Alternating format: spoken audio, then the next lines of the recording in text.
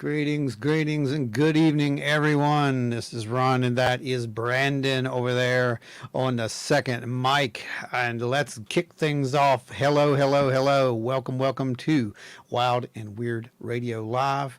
This is another exciting, and I do mean exciting episode. I know we say that a lot, but it really is an exciting episode. We have a very special mystery guest that will be popping in here at some point. And you guys get ready for your questions because you're not gonna miss this. I'm telling you, you will not want to miss this, right, Brandon? Oh yeah, definitely not. Yeah, it's gonna be absolutely awesome good time. Hey guys, welcome, Emily. How you doing? I'm going to scroll our things here. Let me find them. Banners down here. You guys go ahead and get this shared out. Please hit the like button, hit the subscribe button, and let's get that out there to as many people, especially anyone you know who was at the Mothman Festival or who likes the Mothman. Trust me, this is the one. Hey, Fish, welcome. All right. Let me do our thing here. The show is brought to you by our super chatters. Without you guys, we just couldn't continue to do these things. Adam Good, Teresa's Haunted History of the Tri-State, Dewey Edwards, James Boggs, Spooky Appalachia, Larry Host, Guitars and Chains, Craig, Travis a Redneck, Jeffrey Steele, Russ Bailey, Chris Coots, Ada Cox, Nancy White, Scott Holbrook. Guys, thank you so much for your generous donations and for being here and helping out with the show and whatnot. We are sad, however, to learn that one of our sponsors has backed out. I want to address this because it's important, and I think we need to clear up some things, especially if we get more new people to coming in. As we grow, we're going to get people who don't quite understand things the way that they go around here, because we're not like every other board. We care when our members leave. They are members. They are family to us. If you were at Flatwoods Monster Convention, you know that it was more like a family reunion. So it bothers us when these things happen. But he noted something like that he was basically derogatory terms were used against him, whatnot. I actually went back for 2 hours scrubbing the video and I couldn't find it. So I don't know if it was in the comment section. Here's the thing. I don't care if it's in the comment section, guys.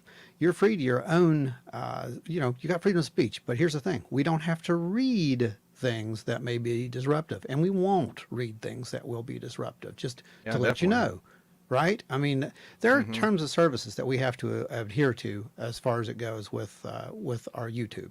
And it's also, we don't want to be a part of that divisionary tactic. It's just not cool. There's enough division in the world. We're here to have fun. We're here to talk about cryptids. We're here to talk about these crazy, wonderful, spooky things and do it for a couple of hours on a Thursday while, you got all day to worry about stuff and it's just a place to come and rest and relax and laugh and have some fun. I don't think anyone means anything. Obviously, outright attacks will not be tolerated. You will be removed immediately. But if you have an opinion, feel free to speak it. We want to hear it. But, I think it was just a hot topic issue. And there are people who are, they're for it and they're against it. And that's all there is to it. But we always advise everyone, please, if you have something, we're open. We'll listen to you. If you've got proof of anything, of any conspiracy theory, whatever you want to talk about, if you got proof, put it on the table. I want to see it. But yeah, you got to back it up. Back it up with your sources. And so far to date, I've asked people to do this on many things, guys, and I have not gotten anything that can be verified or backed up. And I don't mean just on this one topic. There's multiple topics. It just doesn't happen. So belief systems, I think we've said that before. They're an issue.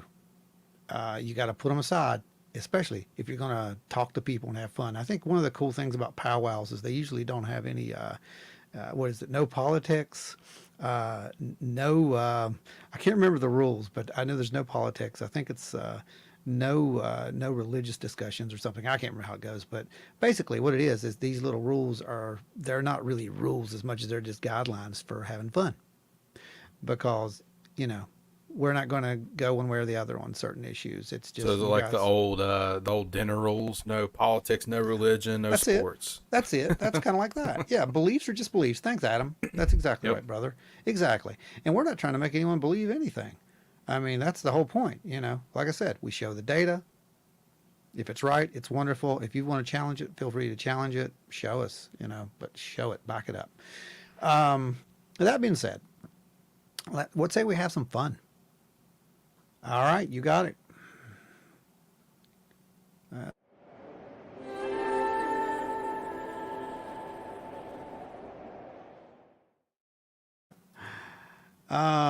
Yes, the obligatory pose that Brandon takes every time the Scat Eddie appears. Brandon, do you get more power when you do that? I'm just wondering because you do Oh it every yeah. time. Oh, You it just do? runs right through me. Oh, Oh, okay, okay, okay. Well, I was just wondering because I haven't tried that yet, and it kind of makes me wonder. Hey, how many of you guys are new out there? I want to see if we got any of our new folks out there. You guys out there in Facebook land, be sure to click the little "Yeah, you agree to let Facebook use your name."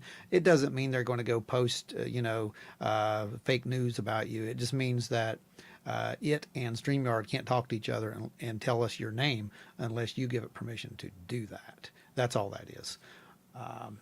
I wish it was more of a conspiracy than, that, but it's not. I'm new. Okay. All right. You're new. Sure.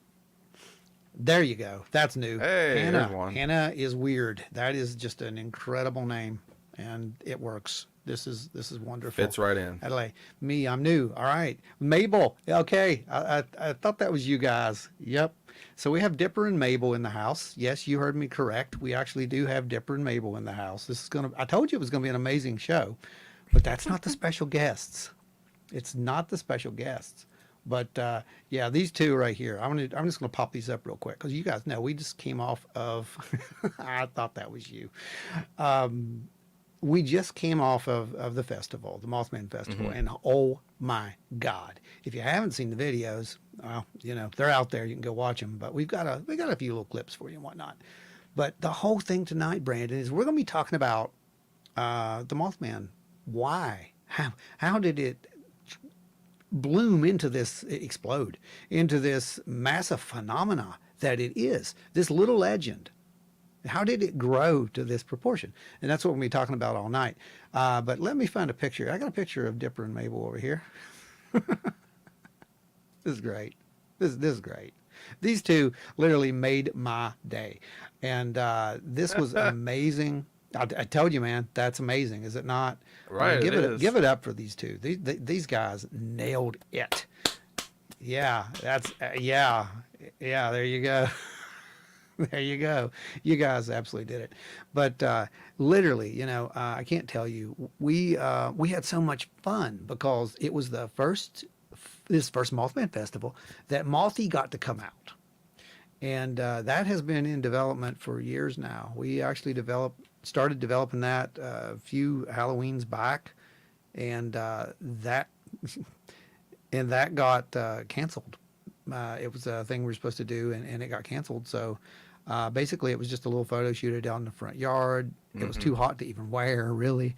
But I drug it out last Halloween, and me and our friend went down to Point Pleasant, of all places, on trick or treat night, and we shot a little bit there, and we hit with it, and it was just so so hot you couldn't keep it on. But then Maria found another alternate costume for the wings, and they fit. It was like it was made for it, and so it was just a big hit. But guys, if you were at the festival, I want to see you. Tell us right now, because we've got some stuff for you tonight. We're going to be talking about the legend, and we're going to be talking about the phenomena that is Mothman and Mothman Festival. Okay. And I couldn't think of anyone that could be better suited to give you guys that information because we're all about the data, right? We're going to put all the data on the table. So I can go and quote some things that I can read on Wikipedia or read out of a book, but honestly, the only book I've got are a couple of these ones from Jeff.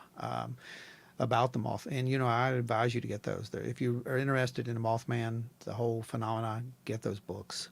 Oh But you yeah. know what? I think Brandon. I think it would be best just to turn it over to our special guest at this time. What do you think? I think you're right. Yeah. Yeah. Okay, I Hmm. think so too. So, everyone, please welcome to Wild and Weird Radio.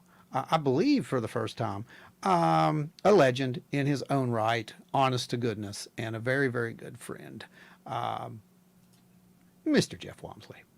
Hey, how's it going? Sir, it is an absolute blast having you on the show. I appreciate you inviting me to come along. I couldn't think of anyone better, man. And I know how busy you are. Oh my goodness, do I know how busy you are? But Ah, anything for jeez, you. man, seriously, we appreciate it. Jeff, Hmm. you did such a great job back at Well and WeirdCon, the first one, telling the little intro about the encounter, Hmm. the actual first encounter. For those who don't know, you want to go over just a little short bit of that, as far as the legend goes itself, how this all kind of started. Well, the Mothman story started at least here in Point Pleasant back in November of 1966, November 15th, 1966. You had two young couples, Steve and Mary Mallett and Roger and Linda Scarberry. Roger and Linda were actually my neighbors. Uh, Oh. Even though I was only 5 years old, they Hmm. lived on our street, and that's how I kind of got a few inside lines on some of the things we have in the museum and interviews and things like that. But they were up in the TNT area, which is about 9 miles north of downtown Point Pleasant. Uh, Linda told me they were up there drag racing. Roger had an old '57 Chevy Bel Air that was sort of a project car that he had worked on for years and stuff. And they were up there, just riding around about 11 o'clock at night. For those that don't know what the TNT area was, that during World War II was an ammunitions depot where they manufactured explosives for World War II. When the war ended, the government just left everything there. And it's still today a place where a lot of people will go, just kind of get away from downtown and Lover's Lane type stuff like that. But they were up there about 11 o'clock. It's a Tuesday evening. Um, they're getting ready to come back into town. And Linda said they were coming down the little road there beside what they called the North Power Plant. And it was a vacant 3-story generator plant that was used during World War II. And she thought, she said, what's that guy standing in the road? As they got closer to it, she said that the headlights of the car hit the eyes of whatever this thing was, and she said they lit up red, and she saw the wings come out. Said it was shaped like a man, head was sunken down into the shoulders a little bit. I asked her what the wingspan was. She said probably 10 to 12 feet wingspan as they came out. Hmm. And then it went towards the North Power Plant. So I specifically asked her if it flew. She said no, it was very awkward and hobbled through the grass into the North Power Plant. And at that point, they decided they would go back into town and let some of their friends know what was going on. When they got out to Route 62 and took a left, she said, I saw it again standing beside a billboard along beside the highway. She said it was almost like it knew we were coming that way. Said the wings went out, shot straight up in the air. They hit Route 62, and that's when it came over top of their car, off and on intermittently down Route 62. That's about a 3-mile stretch down through there. I asked her if it got in front of the car, and she said no. It stayed over the car. It would go away. It would come back again, go away, come back again.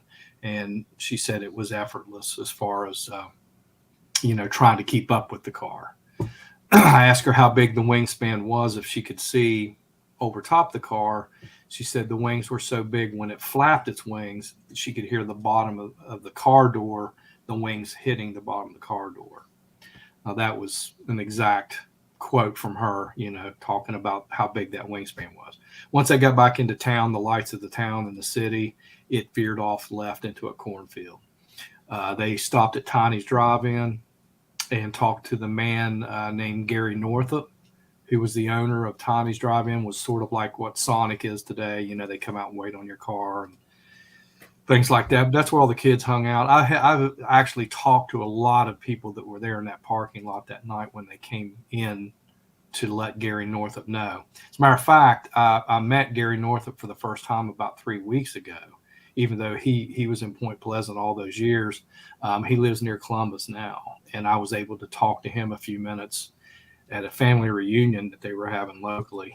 And, I asked him point blank, I said, you think they were making that story up? And he said, absolutely not. He said, I'm the one that called the police because they didn't even want to get out of the car. That's what he told me. So that was the beginning of everything here in Point Pleasant. Within the next 2 years, you had over 100 reported sightings. I always guesstimate probably another 200 or 300 that didn't report it because they were afraid of being called nuts and crazy and everything else. I have people come up to me in the museum now, elderly people, that have lived here all their lives, and they'll tell me, they say, we saw that thing, but we didn't want to tell anybody. So who knows? It was a lot of people seeing a lot of weird stuff, a lot of UFO activity, strange lights in the sky. That's one of the things, Jeff. There was a massive UFO wave that took Mm-hmm. place. Oh yeah, right prior and during, as I recall. Yeah. There was a lot of UFO activity before the Mothman sighting started, and even during. Well, Gary Northup even told me a few weeks ago, he said they would go to the TNT area every evening and sit and watch those lights appear and then just disappear with no sound at all. Wow. It was just a common thing. So, but that was the beginning of it here in Point Pleasant. Gallipolis across the river, there were sightings. Cheshire, Ohio, which is directly across from the TNT area. Mm-hmm. So, yeah, it wasn't just 3 or 4 people that were seeing this thing. A lot of theories as to what it was. Some people thought it was just an enormous bird, a sandhill crane.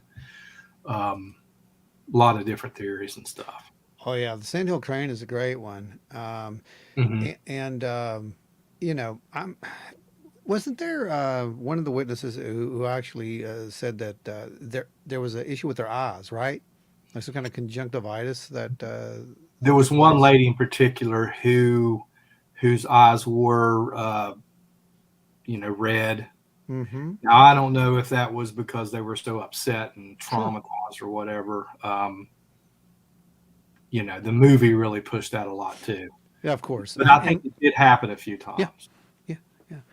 But, I find that amazing, that we can, it's easy to write off something, isn't it? Hey, Nancy, it's easy to write off something when you weren't there. Mm-hmm. Right. Yeah. And it wasn't, like I said, just the 2 couples. I mean, there were elderly people, prominent business people. If it would have been 2 or 3 people, we probably would not be sitting here right now. Absolutely. Yeah. We had. I think it's the validity of there was so many people seeing stuff that, it just pushed it over the top. You had you had I believe there were police officers, there were firefighters who had seen it. There was professionals who had seen it, like you said. And I think everybody in the town at the time probably knew somebody who had seen this thing. That's how rampant it was. Yeah, like I said, I talk to people all the time that, talk about that and everything. So, and some people tell me, they say, hey, it was the biggest bird I ever seen in my life. Right. One guy told me he was up there hunting in the TNT area a few days after Linda and the rest of them encountered whatever it was. And he told me, he said it flew right over top of him. But he said to him, it looked like a prehistoric bird, like a pterodactyl, just went right over top of him. Well, there's, we've heard Stan talk about that. Stan Gordon has talked multiple times about these, the giant birds, the almost, pterodactyl, like you said. Right. And Larry hosts there with the with the Mothmania. Yeah, that was a hit. I had no idea. I tell you what, though, Jeff, it's an amazing legend. We always talk about it. It's one of those things that's it's very personal to me. I love this legend. It was. It's probably one of my favorite Yeah, right up there with the Woody Derenberger thing. I think Right. that's another one that doesn't get enough airplay. But Right. Mothman, dude, it went everywhere. Like it Yeah. literally exploded. Yeah. It's been in the past 10 years. I mean, it's a part of pop culture now. I mean, Yeah, it's everywhere, and I don't think those people back in 1966 would have dreamed that it would have they would have no idea. got as much attention, as it has now. I mean, it's a Yeah, I mean it's a worldwide thing. worldwide. Yeah, that's what I was saying. It's like this is a worldwide phenomenon at this point.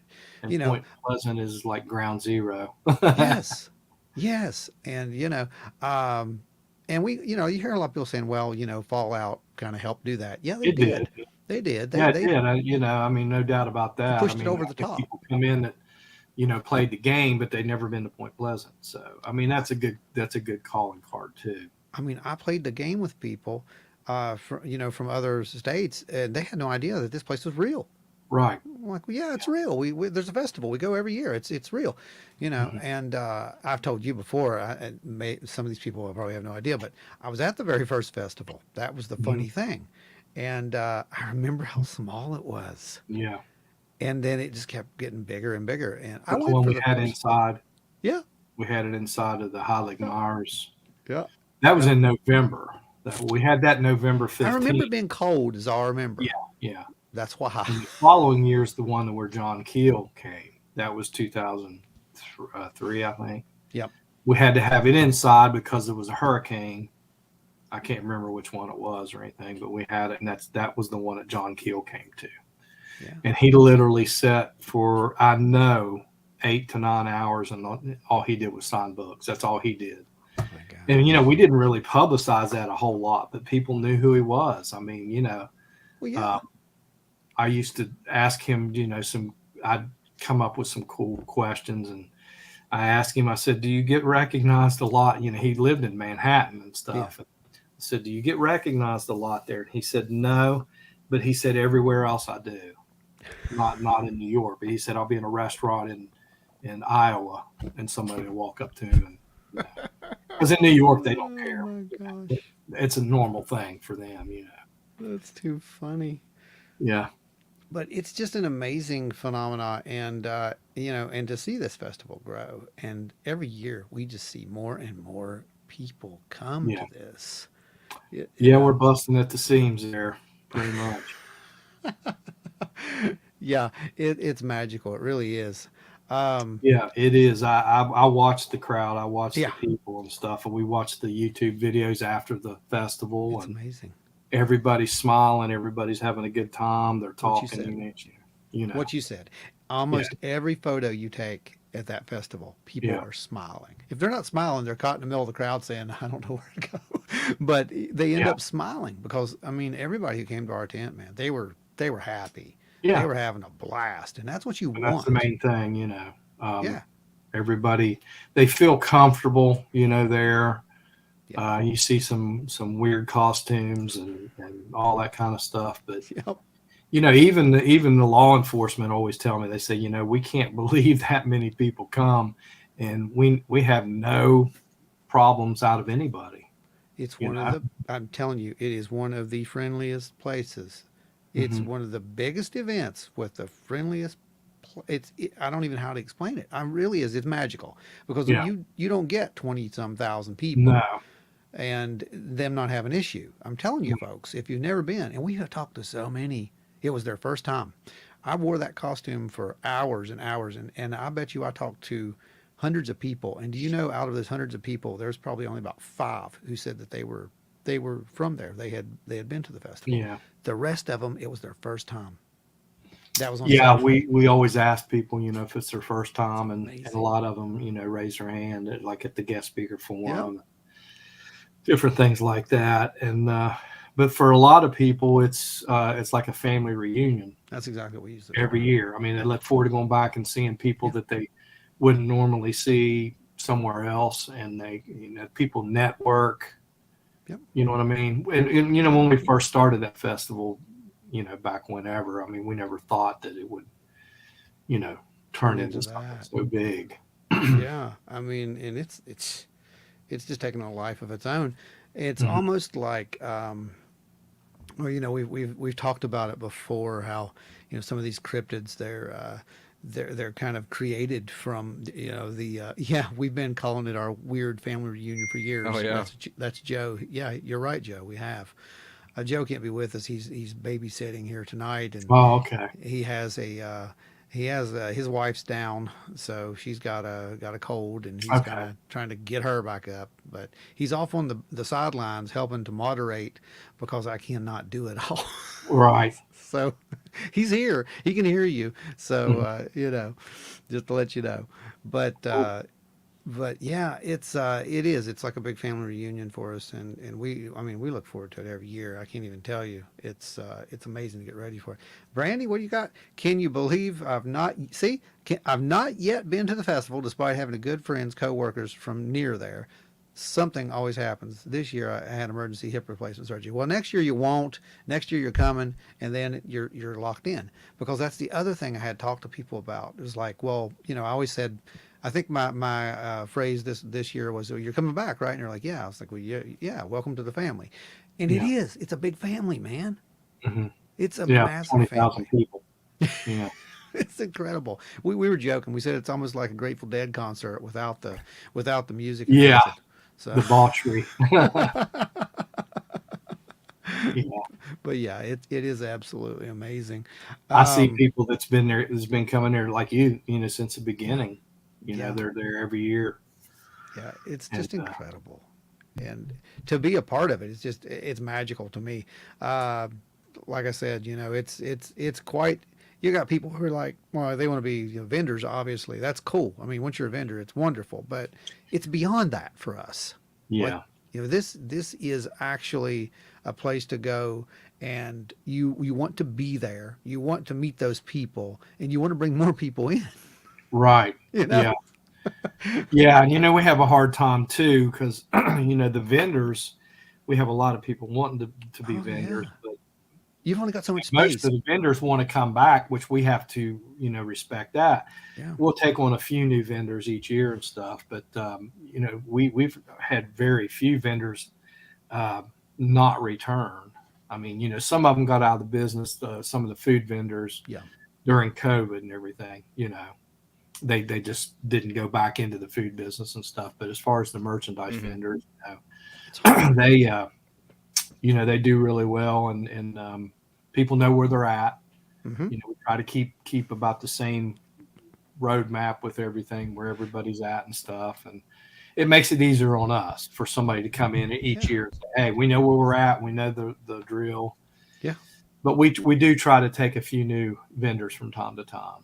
Yeah. you know Well, when you but we have had people lists get that mad at long, us and there's nothing you can do about it, though. frustrated. That's Yep. yeah. we You can just only we can only accommodate so many vendors mm-hmm. and make sure that they you know Yeah, are taken care of absolutely. and stuff. And people may not know this, but you don't own the whole street. They only give you X amount of space to Right. work We with try to for keep it that. in the 3 blocks. Now that Mm-hmm. one year we tried the 4th block, but that was open to traffic and it was just too big of a risk. Yeah. People driving up and down the street, they get a little frustrated and antsy, and we don't want somebody to Nope. mow down about 3 vendor tents. So Yeah. Yeah, absolutely. Yeah, I mean, but yeah, it's just a great. And for the folks who don't also know, if you haven't been to the museum, go to the museum. the Don't. museum's open year round. Yeah, it's open year round. Don't We even had a try. lot of people come in the past few days after the festival Yeah, that stayed over because the lines were long, and I would like to thank everybody that stood in line out there like weren't that. they amazing? Yeah, and I would walk back here and see that line going clear to the road, and I thought, you know what, I wouldn't stand in line that long. I know, Yeah, but we appreciate it, Jeff. They and were out everybody was there. cool about it, Man, they were out there in the rain. It was Yeah, Hmm. raining when I was out there filming, and they were happy. They were yeah, excited. They were laughing, and it was yeah. like, that's That is what's cool about it is everybody's really patient, and they get in, and but we are open year round, except for major holidays and stuff Yeah. like that. So. Yeah. So, what else is going to be happening down that way, Jeff? You always got an ace up your sleeve. So, what can Well, you we talk got about? several aces up our sleeve. Well, one you can talk about? Let's put it Yeah, there. well, we've been working on the Mothman escape room for about 3 years.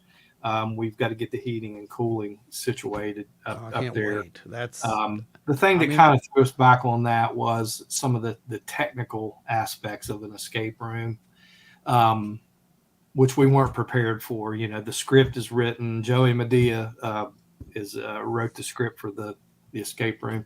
It's actually 3 rooms. It's not just one room. Yeah.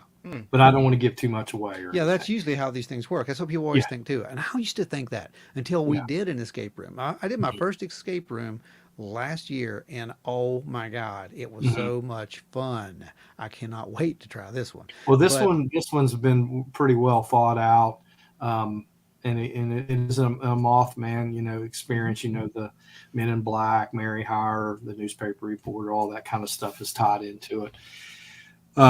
We're hoping to have that done, before the end of the year, and then we'll have to, train some game masters and all that kind of stuff. Oh, yeah. The other big project too that is getting ready. We've already got the carpet down, but we have the museum, and then right beside the museum is the trading company. But above the trading company, which years ago was a department store, so we had plenty of room upstairs, and but we're putting in a 9-hole blacklight mini golf. And it's all Mothman themed. Oh, CGI effects, lighting, sound, 9 holes, family oriented and things like that.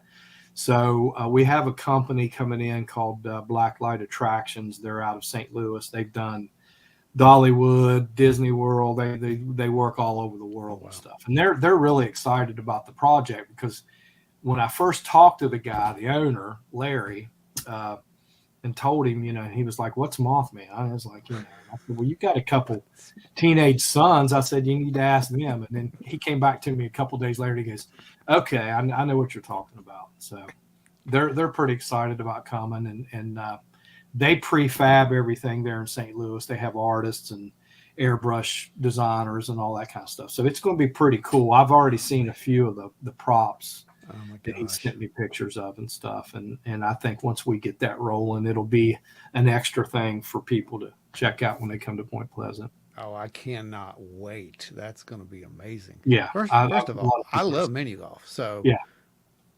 that's, and it's not far away, I mean, right. And it'll be something cool for the local people too, you know? Mm-hmm. So Yeah. I mean, it'll give them something to come and families and things like that. So yeah, I mean, I'm sure we'll be there a few times. That's what I'm saying. You're just trying to get me to move to Point Pleasant. I know what you're doing. yeah. Yeah. Well, that's what I told you earlier. I mean, Yeah, I know. Steve Ward did, so you can. Ward did, so I can. Yeah. Oh, We Steve. always told him, in years past, he would be there all year long. I said, "Why don't you just move here? I'll give you a job at the museum, and you can be a host and a tour guide." And that's what he does. He's retired, but he said it's the best job he's ever had. I mean, he loves it. I mean, people love him. He goes out to the statue and takes people's pictures all day, and he loves talking about John Keel and all the Mothman stuff. So it's perfect job for him. You won't find anybody who knows the Keelisms.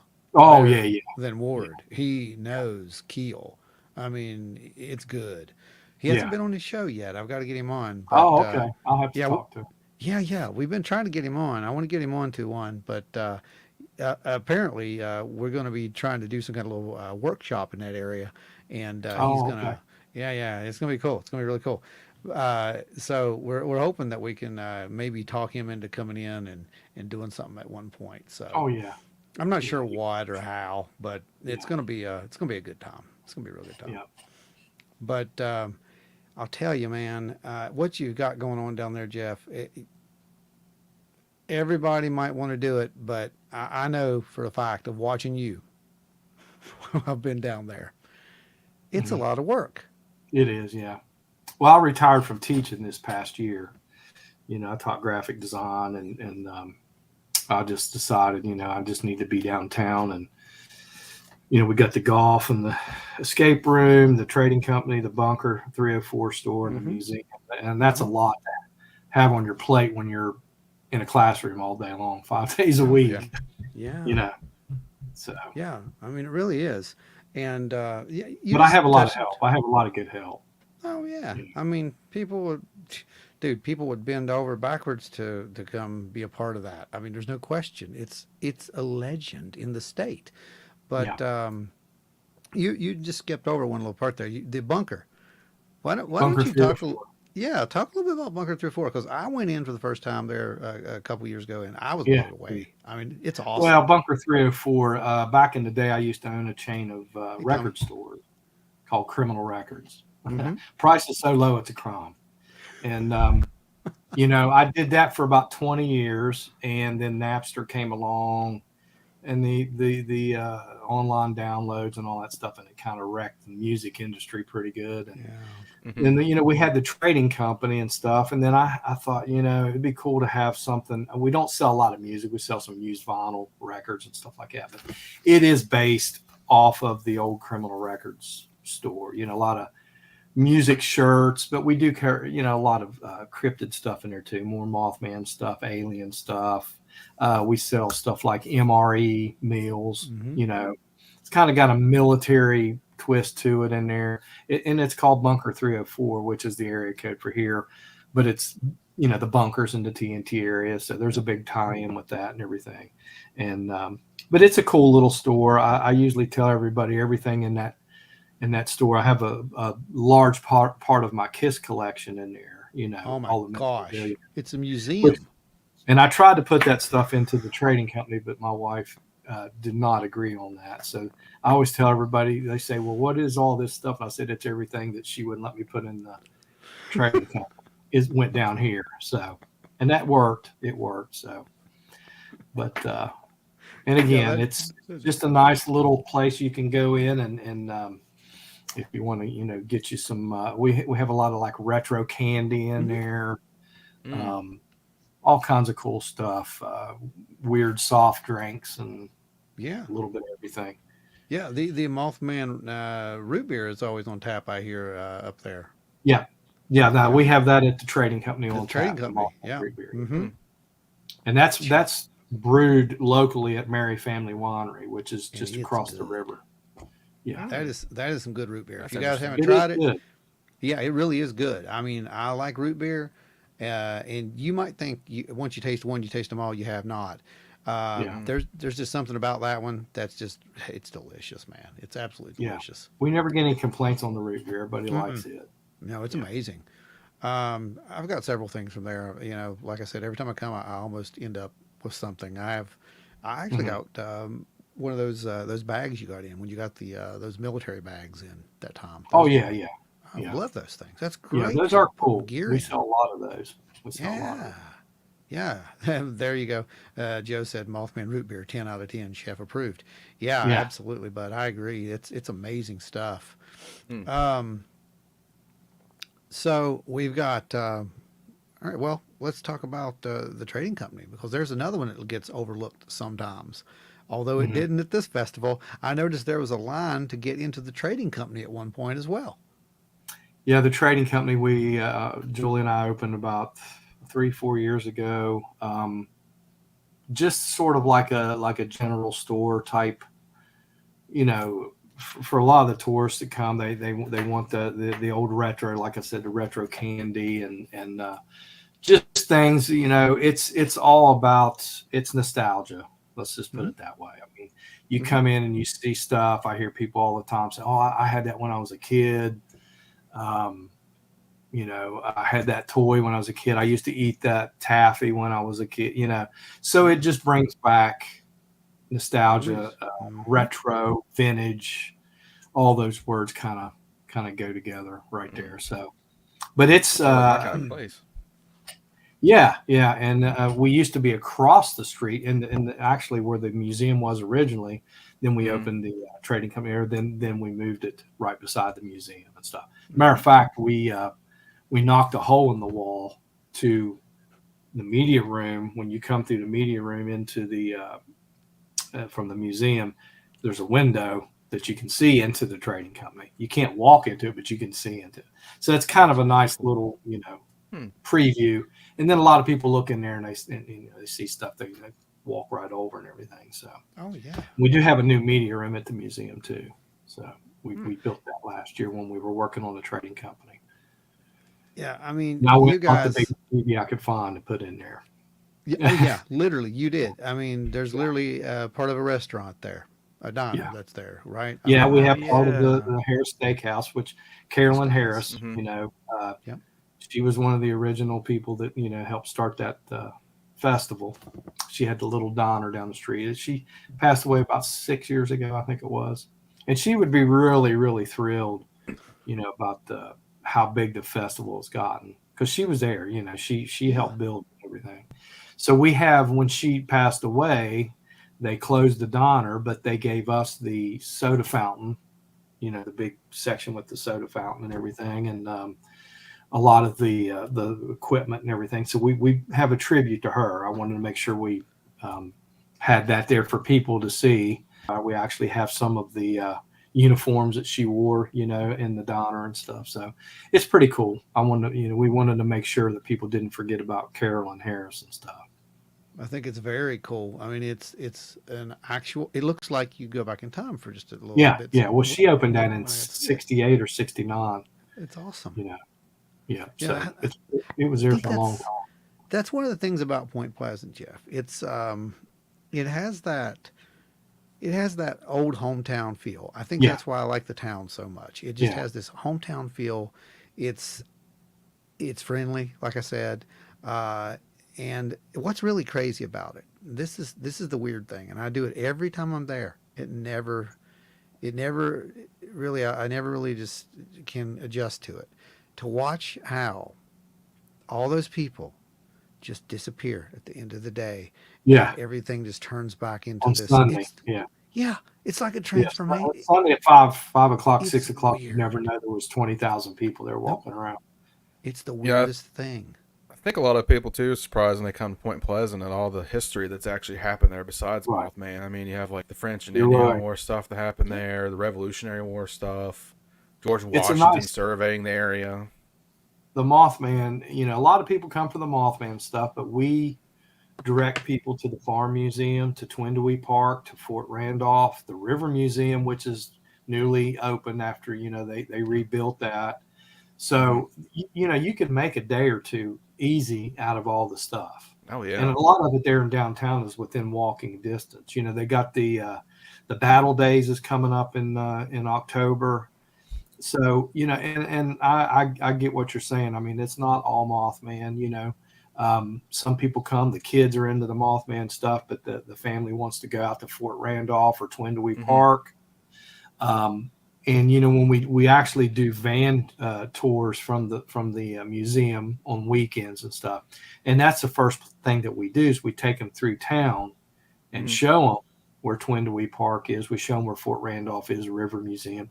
We take them up to the TNT area, go to the bunkers, all the landmarks from the Mothman story, and then we show them the Farm Museum. A lot of people don't know about that Farm Museum. I mean, it's pretty cool too. There's all kinds of stuff up there. So, it's there's a lot to do and a lot to see. It's not just a Mothman statue in the Mothman Museum. People come and they spend a day there. They might stay at the Low Hotel if you can get in. I mean, you can't get in during the festival. Good luck. They could book that hotel up for the next 10 years. They said they weren't taking anything, I think, until mid-January, I believe is what it was. Yeah, but it'll sell out in seconds. You're sitting right smack dab in the middle of everything, from that, if you're at the Low Hotel, which is really convenient for people. Yeah. Yeah, it's right there, literally on the street. It's pretty amazing. Also has some history to its own. Yeah.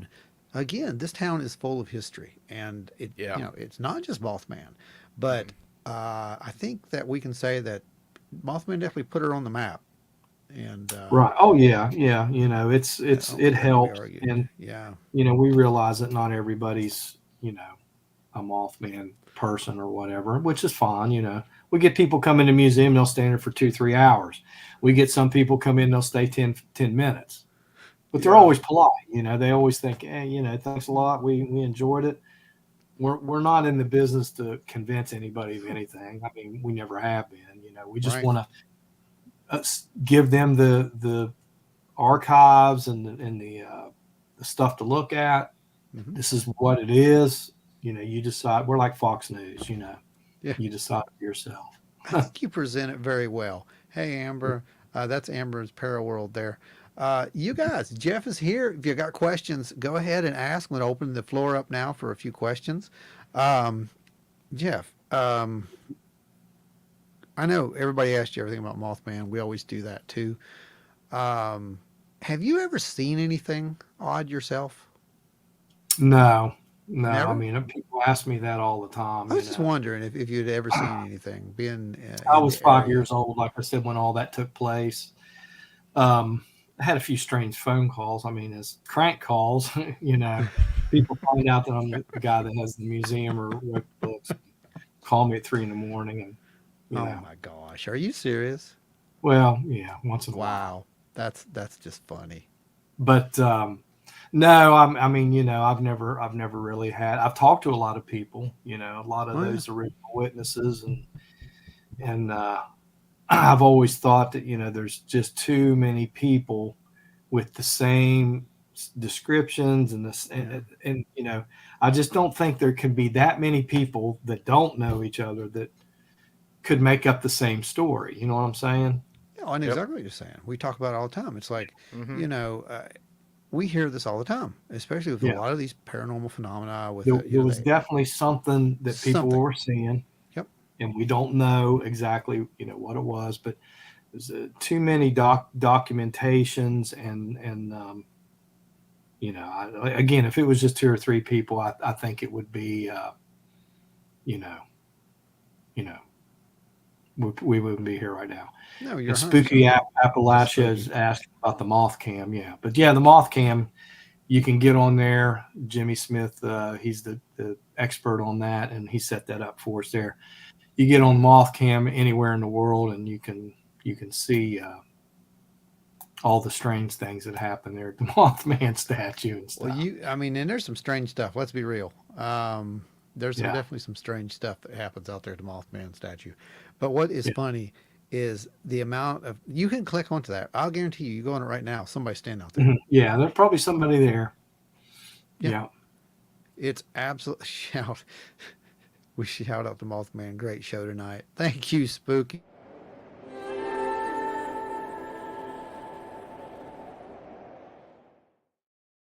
We just confused Jeff to no end right there. I'm sure. It's an inside joke, but Okay. we have fun on this show. This isn't the serious one, so we actually can let our hair down and have some fun here. Speaking of which, I want to thank you guys for allowing me to finally perform at the Mothman Festival. It's not the way that I ever expected in a million years, but thank you. That was quite an honor. Green River Bluegrass were amazing. Oh yeah, they were. Dude, We're going to they have were him back amazing. next year. They're awesome. I never. They just walked up and asked me if they could play, and I'm like, They were yeah. awesome. So Like, they're going to be back next year. yeah, I've they were already great. talked to them. I've seen them perform at the Keith Albee quite a bit. Oh, really? Mm-hmm. Really? Yeah, So they they're come through from every Kentucky, few years. I It seems like. Mm-hmm. Yeah. They were That tight. guy, yes, that's what I was stage, gonna too. say. I mean, I don't know if you watched that. At one point when we were up there just kind of dancing around, he was playing that fiddle while he was doing that. I'm like, wow, that's okay. Hats Well, off to he'll be you, back. Believe me, that's not easy. dude. Violins are that's the one instrument I can't play. Yeah, I don't they're know a why. precision instrument. That's for I sure. cannot play that thing. I have tried and tried and tried. I have one in there in a case, and I'll drag it out every year and okay, that's done. Where's my guitar? But and that's I don't know. I just thought it was a really good festival. We had a first there, I think you said, which I didn't know. Apparently, someone used it as a pregnancy announcement this time. Really? Yep, yep. There's a picture of Yeah. here somewhere. I don't. Here it is. Yeah, this one. These two. Mhm. They came over and Yeah. had me hold this little onesie. They're like, "Can you do us a favor? We're gonna do this." I'm like, "Okay, sure." I just figured, well, this is normal. But Jeff said, "No, this has never happened as far as he Wow. knows." We had like wedding or proposals. I think there was a few wedding proposals Yep. during the festival. Another thing too, that a lot of people don't realize is there's a lot of groups there to the festival: Ghostbusters, Mm-hmm. Star Wars, 501st. that collect money for charities. Yep.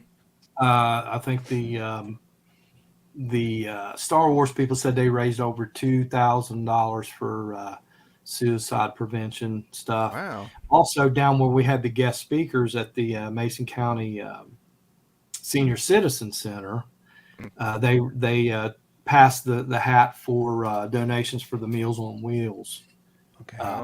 program they had, and they collected several dollars for that. So, and then the Ghostbusters, they have a charity, and there's a couple other ones I can't remember, but it helps a lot of different people. I mean, they take pictures with people and they'll make donations and things like that. So that's always about. good to hear.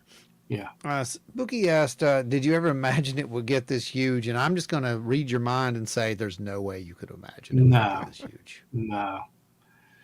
No. I mean, back in 2002, 2003, the first one, we just threw it together just in a few weeks and said, let's just try it. Mainly because the movie had just came out. Yeah.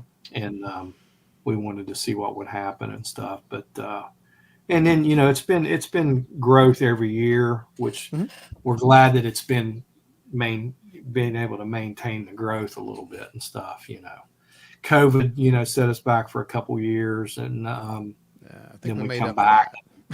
Yeah, and yeah.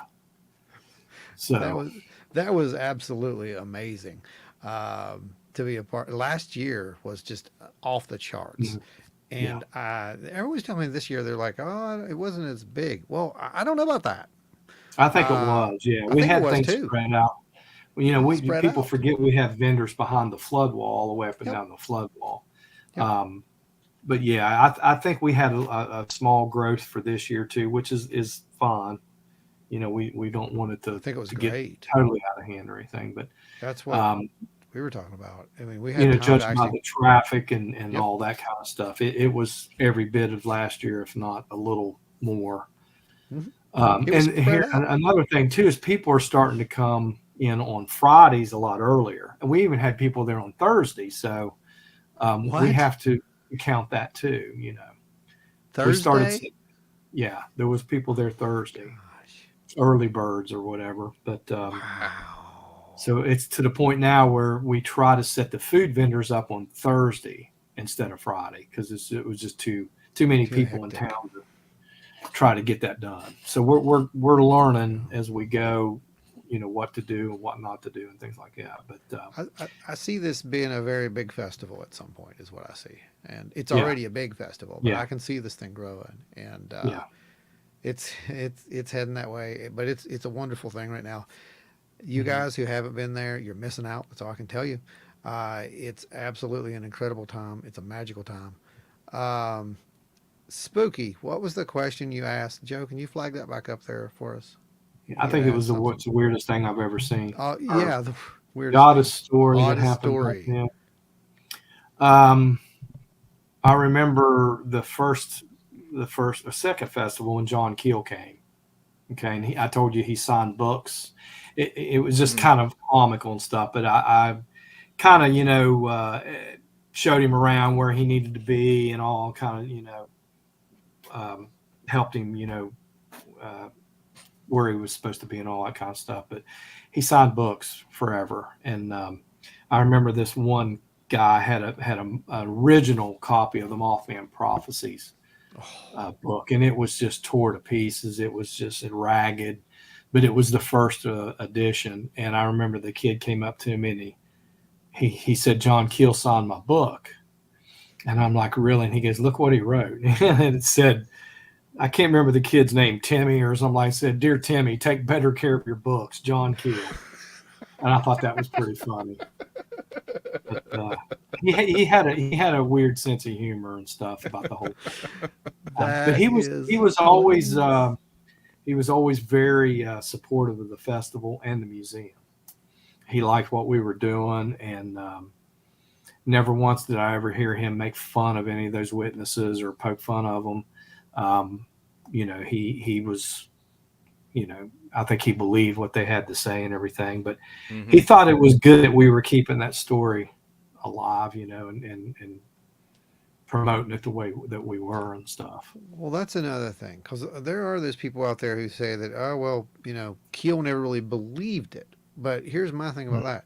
If he never really believed it, I don't think he would have been a part of it toward the end, because he did get to see it start, right? And he was very reclusive. I mean, he rarely did any public appearances or interviews, let alone show up to a festival and stay the whole weekend or whatever. You know what I mean? And he genuinely liked Point Pleasant. I mean, he lived in Manhattan and get away from the hustle and bustle of the big city and everything. And, when he came back, it was a reunion with Linda Scarberry and all those witnesses, the people that he had wrote about back in 1966. They were there. We arranged, a meeting with all those people and stuff. And I thought that was pretty cool too. I've got pictures of that somewhere, where he, and he remembered them all, That's so cool. Yeah, that tells you right there, right? Because you would not, if you didn't care, you wouldn't bother remembering, would you? Yeah. I mean, that's a fact. I was He there. would actually call my house. He would call the house here, and it would show up on the caller ID as a New York call. And I had no clue it was him. I answered the phone. Hey, and we would talk about everything but Mothman. He griped about parking in New York and the cost of groceries in New York and all that. But I just think that it was nice for him to talk to somebody who wasn't just going to constantly grill him about all the Mothman stuff, which I did, from time to time. Well, it's good that you did, because he felt a little more comfortable. Yeah. Hey, what's the weather like down there and that kind of stuff. Yeah. So, I was lucky enough to be able to at least talk to him some and meet him and things like that. But absolutely. Caitlin, pop that back up there, please. Thank you. I was there at the festival, such an amazing time, and just want to say you guys made my twin little sister's day. Brought them there for the birthday, and it was the first time they'd ever been. Thank you. And I'm sure you're going to be back next year, right? Say yes. Yeah. You better say yes, because the man's here himself, so you better say yes. And we try to keep that, kid friendly and everything too. Oh, yeah. Yeah. Because there are a lot of kids, the kids now that come into the museum and stuff, they look at that Mothman kind of the way I looked at Batman when I was a kid, superhero. It's a superhero now, Jeff. Yeah, it's a total superhero now. There's different perceptions of Mothman, Yep. Yeah, for sure. There you go. We got us a lifer right there. There's a new family member, Jeff. 27 watching, 14 likes. Hit the thumbs up button. Yes, Dewey. You tell them. 27 watching, 14 likes. But that's only 27 or 28 or whatever it is on YouTube. Is that 27,000 or? Yeah, I wish. Have you shared it out, Jeff? Get it shared out, man. What was it? It doesn't show us the Facebook users count, so we don't know how many are watching from Facebook. But yeah, that's YouTube numbers is what that is. We don't. So let's see. Wow, there's just too many things to even think of as far as this thing goes. But I'm trying to remember some of the most memorable parts of the festival that. And I think it was the kids. I think you were spot on with that when you said it was kid friendly. Not only is it kid friendly, I mean, I've never seen so many kids who wanted to come over and have their picture taken, with the Mothman. It's just like, where else in the world do you get that kind of Disneyland? Almost like a Mickey Mouse type thing. Yeah, it's Disneyland. I mean, that's literally what it's like. And for a weekend, you guys create a magical kingdom down there. I guess so. Yeah, I mean, it You seems like it really do. now. You really do. And are It's you a good guys time. doing anything for the Halloween season or anything down there, down at the No, museum? we just, we're open. We have the normal hours and stuff. We Normal want to hours. get, like I said, the escape room wrapped up and everything, and That's cool. get it running smooth. And then the golf, like I said, the golf will be Yes. something else. Just from some Yes. of the stuff that I've seen that they're sending me pictures of and things like that. So, The concepts. um, Yeah. come by the museum and spend the day in Point Pleasant. There's some really cool, a lot of cool shops on Main Street. The reason we started the festival back in 2002 was to get people to come to Main Street. Now there's not an empty storefront on Main Street. No. They're all full. No. That hasn't happened since the 70s, maybe. Yeah. Wow. Yeah, man. Through the 90s, and like it was like a ghost town downtown there, with as far as retail and things like that, Mhm. because you had the Walmart and things, Kmart and all that, and that put a big hit on the mom and pops shops and everything. So we've tried to get some really cool stores downtown. I mean, I've always envisioned, downtown Point Pleasant could be another Gatlinburg if Mhm. the right people invested in those storefronts and buildings. Mhm. And you've got Nucor, which is the big steel plant that's coming in, one of the biggest ones in the world, in Mason County. And there's a couple other plants that are wanting to open their doors and stuff. So it's going to change the landscape quite a bit, But tourism has been really good to Point Pleasant and stuff. And I tell people, I said, not every small town has a calling card like, I mean, Flatwoods, you got the Flatwoods Monster. That's been good to them. Yeah. All kinds of stuff. Yeah. Mentioned What's the Scoop ice cream shop. And, they've, they're a new business. Well, they're not new. They used to be on the other end of the Main Street, but they moved down. They're right by the statue. Yeah. So They you used can to be ice right cream behind. see Mothman statue and stuff. Yeah. Yeah, they're in a great place now. They used to be right behind us, where our tent is. Yeah. Is where they were. Yeah, right in that area. Mhm. Now we're directly across from the Mexican restaurant, and oh Right. my You got a nice God, Mexican restaurant. I know. I They're tried it busy for the all the first time. time. Yeah. I will. I'm coming down there just to eat there. And the Just to let you hamburgers, know. First and Main Hamburgers was right Yeah. there close Yeah. to you. Yeah. You've got the Ichibon or whatever on down the street. So yeah, within walking distance, you got the coffee grinder, which the line for the coffee grinder was horrendous during that festival. But people imagine. like the coffee, Oh my gosh. Yeah. I know Maria had went to get coffee at one point, and she said, "Nope, I'm good." And Yeah. we had something else. Get a root beer instead of Yeah. coffee. Yeah, I think we just got in the cooler and got whatever we had. But we learned this Yeah. year. We took stuff with us. Yeah. What was it? I overheard some guy talking at the festival saying how Point Pleasant could have been a huge city. Well, I'm glad it isn't a huge city. Right. Yeah. I think that's what. It's a nice sized town to accommodate, people and the way it is now. But Yeah. Hey, how I many like people is there, Jeff? That's a good question. Like 5,000-6,000. About 5, 6. Okay. Yeah. So Yeah. we triple it at least during the festival. That's crazy, man. No. That's so awesome, though. But it's a small town, and I think that's what gives it its. Like I said, Yeah. that's the charm. You have to Small town realize charm. too, a lot of the people come from all over the country, the world. New York City, Chicago, Los Angeles. They are not used to people saying hello to them.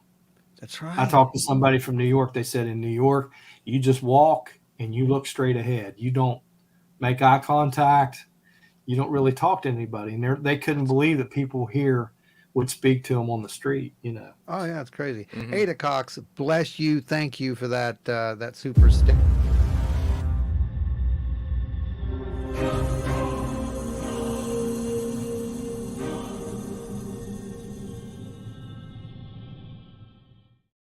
I know you think we'd have a Mothman one, but I haven't made it yet. Okay. Uh, Yeah. Oh, I didn't have a chance to make it yet. We're gonna actually do a little thing later on. We always do this thing called Ask Ovilus, and it's a fun little gimmick that we do. Tonight we're gonna do Ask the Mothman.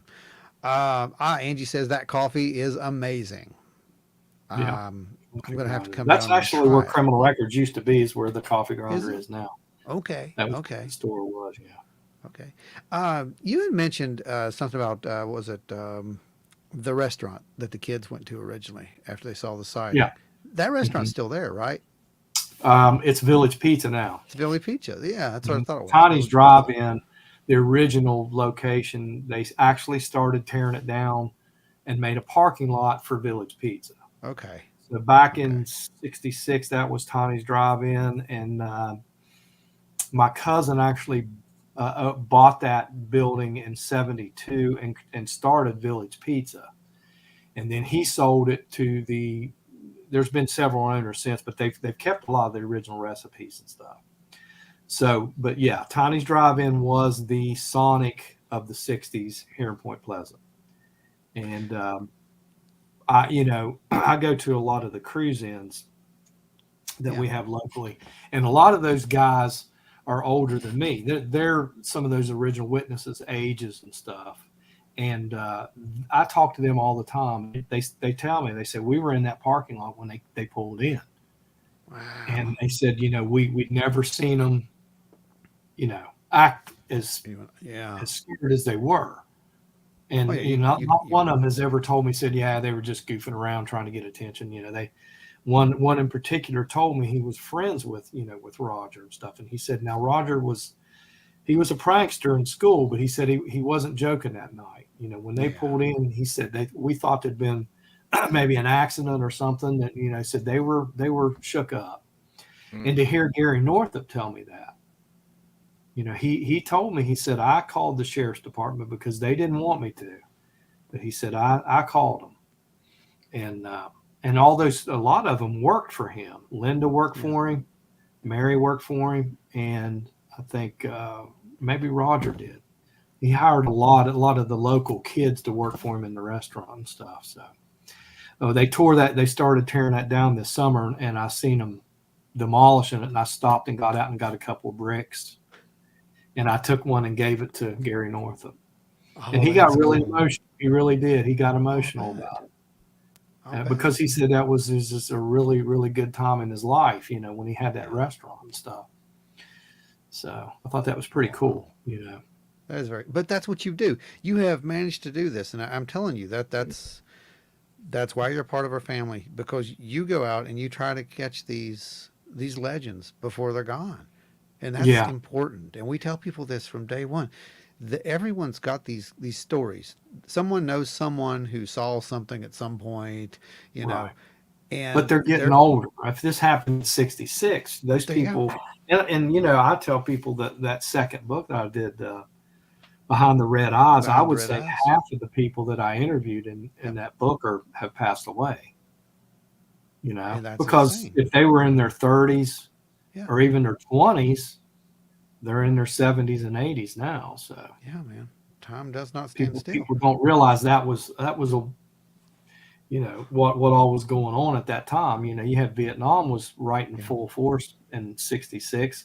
The Beatles, were your biggest band and things like that. So yeah, man. I mean, that's the whole point. You've got so much history, and every time one of them goes, we're losing it. Yeah, Well, I when I did the interviews and stuff, I recorded them. Oh, I have the audio recordings of all those interviews and stuff. That's so awesome. Because all my books is just a transcript of what they told me. I'm not a fiction writer, or I'm not adding anything or embellishing anything. Nope. What they told me in those sit-down interviews is what directly went right into the book. That would make a really cool audio book. Dude, those books are amazing. If you don't, well, they've used the audio on Seth Breedlove used some of the audio on some of the stuff. So. Nancy gets a salute. Joseph, fire up the Sky Daddy for her. maybe.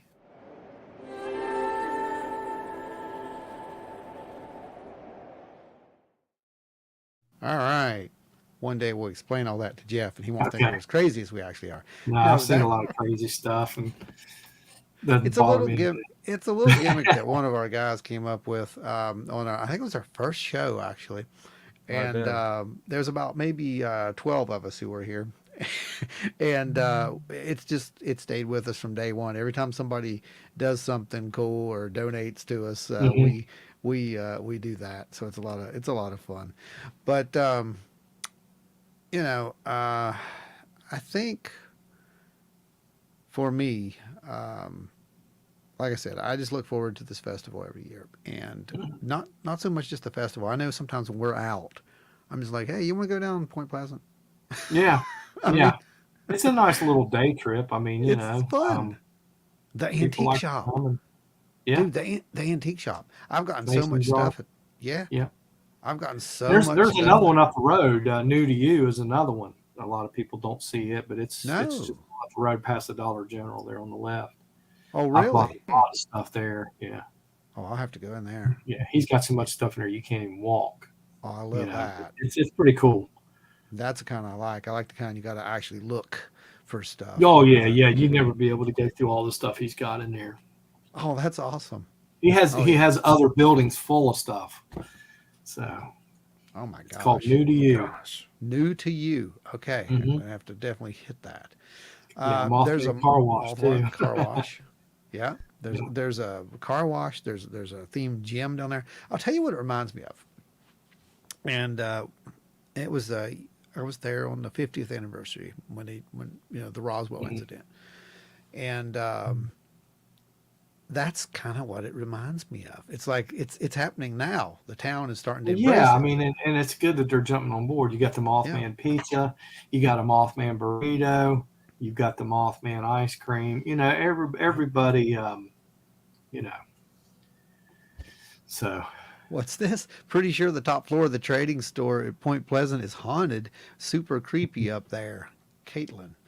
I don't know how Ah, they would have been up there because that's not open to the public that's maybe I'm not sure. Maybe some unless remote they broke viewing in going or on. something. I don't know. I'm not sure. Maybe you might. I don't know. Might want not want to say that. Uh, Yeah, yeah, we were in there one night about 2 o'clock and picked the lock and went in. So oh, no, I'm up there all the time. what's funny is we talked about this before too. Like on the I think it was in the game. Um, they have the museum. The museum's a huge part of Fallout Yeah. 76, you know, and Mhm. the Mothman is a massive legend in Fallout 76 now. But it has a different floor in it, doesn't it? Um, do you have people who come in and try to like find, you know, Yeah, we've so, had people come in and stuff, and what's odd about the whole Fallout game developing of the game was I had a kid come up to me in class one day and showed me a screenshot of the map before the game was ever released, and it had the Mothman Museum on the map. They had never approached me. I never talked to anybody at Bethesda. oh, really? No. And I thought, well, you know, what is this a big deal? And he's like, yeah, this is a big deal. So finally, I contacted them and talked to them about, you know, different things and stuff. But yeah, they had to have been in the museum researching Mm-hmm. and taking pictures and all this way before that game was developed because there's too many coincidental things in the game, which I've never played the game. I think the last game I played Oh, was yeah. Palm Oh in my gosh. 1977. Yeah. So, but yeah, so that's what happened with that game. You know, people come in Oh and say, "Oh, wow. you know, there's a guy named Jeff that lives in the apartment above the museum," and I thought that was just kind of coincidental, or maybe not. I don't know. Maybe not. But They I had a guy came up to me at the festival that's writing a book and about the whole Fallout game and how okay. the sites like Flatwoods and Point Pleasant and all that, how close they are to the game and things like that. But he was pretty interesting to talk to, and I answered a few questions for him and stuff. They actually, I think, for 4 years before that game was released, is what they came out and said that they had been scouting the area. So yeah, but I never knew who I they did were. not know that. Yeah, they Yeah, never I didn't told know me. that. Odd. Wow. But it It's worked out very- good for us. So, Worked yeah. out great for you guys. Yeah. You it know, was, it was a lot. You couldn't pay for that kind of advertising. no, that, and I think, this is another thing. It's like, it's, it's almost like some kind of divine intervention. It's not, but I'm just saying, well, maybe it is. I don't know. But something just said, go to this little town, help this Mhm. little town, and you can't roll dice and get that. You know what I'm saying? This is just, it's amazing what has happened. Yeah, I think the planets kind of lined up for Yeah. the whole, the museum and the festival. And we were just in the right place at the right At the time. right time. You Yeah. know, And that's all it takes. I mean, man. That's I was in the music. I still am in the music business, but playing in bands, and you look at these bands that just just missed it. Just missed it. I mean, and there were great bands, and the bands that just went huge worldwide, that just happened to be in that little time frame yeah. where there were actually record labels, and Yep. you know what I mean? Yeah, I know You exactly get what you mean. studio time and big bonuses and big tours, and now it's totally different. Oh yeah. Mm-hmm. You don't have Yeah. that now. No. Back then, you actually had to have something called talent, Jeff, and Right. you had to actually get out there and do something called, actual hard work, and Yeah. and it is work in those, playing those little gigs in those bars at night after night. I remember playing to 4 o'clock in the morning and coming home, and Oh yeah, you I just don't. did. Yeah, you did. I don't miss it. I Nope. don't miss it. I don't miss that part at all. I miss the people, but I don't miss the. I definitely don't miss the breaking down in the morning and No. hauling all that stuff out of there. No. But No. I usually pass that along to somebody else, but no. oh my God! Well, see, when it came to What setups, roadies are for. I couldn't do that with my setup. Like the keyboard rig, they were, it's got to be done just so way, and I had to have it just this way. And my guitar guy, he was the same way. He's like, I gotta have this way. I'm like, well, we'll ever have anybody set our stuff up, ever. So, It was fun. It was it was fun. It was absolutely fun. But you know what's amazing, Jeff, is you're talking about those big shows. These big sold out concerts. Mhm. Of 20,000 people. You did it. You just did it in a different way. Yeah. Well, I mean, we kind of look at it that way. I mean, I would totally look at it that way. I mean, it's just an amazing accomplishment, and you're incredibly fortunate and incredibly lucky individual. That's all I can say. And we are Well, all the same. and again, we have a lot of help. Yeah.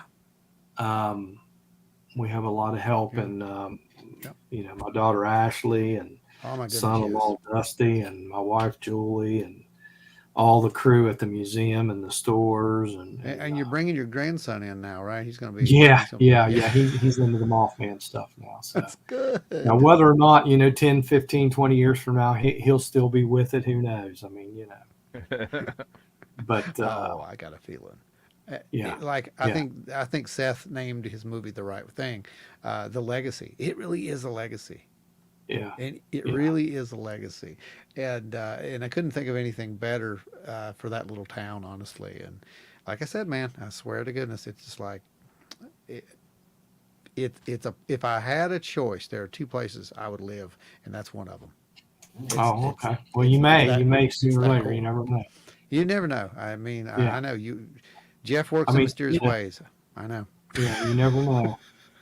Steve Ward, we told him the same thing, and here he is. Steve. Yeah. Oh my gosh, that's so amazing, guys.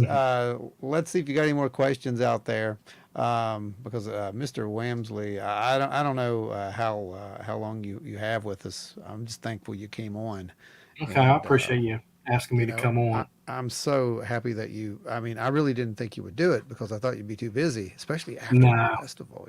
That's You know, if you're like me, it's probably like, wow, and you hate for it to be over, but you're also pretty happy. That you Yeah, get to it's bring it. usually a good sigh of relief there. Just making sure everything went smooth. And I think we had a Right. couple fender benders on the bridge here, but To be you know, expected. Yeah. yeah, with that many people, That many you, people. Oh yeah. Yeah, you just can't. I mean, that's going to happen. yeah. But like I said, I think everybody had a great time. We all look forward Oh yeah, to going yeah. back. And folks, don't ask them when they're going to, put out applications. They'll put them out later in the year. That they're not doing it right now. Just to be clear on that. Yeah, Sometimes yeah. in We'll March, adjust isn't it? that, after the first of the Yeah, year and stuff. yeah. It's And usually like late. It's usually like March or something. I think I can't remember, but either way. And don't get discouraged. Put your applications in. I mean, you yeah. never know And what's if going you, to if you're happen. not a vendor, at least come to the festival and Yes. we may even venture into a couple other events during the year. I mean, people say, well, why don't you have some other events? I mean, this one pretty much zaps our energy and stuff. Oh yeah. There's the Hodag store right there. Point Pleasant was gifted a special creature, Legends. Its ability to fascinate and intrigue branding companies would pay millions of dollars for. Oh The yeah. community is lucky to have it and deserves celebrating. Yes, Yeah. this right here. Yes, that is correct. And that's from old buddy Hodag. If you guys don't know, Hodag and Mothman, well, they're buds. Yeah, I mean, I don't know if y'all know that or not, but they are. They really are. They're down there. There you go. See, there you go. But no, man, I think you're onto something. I really do. And like I said, you know what I think we need to do? We need to put you on stage, right?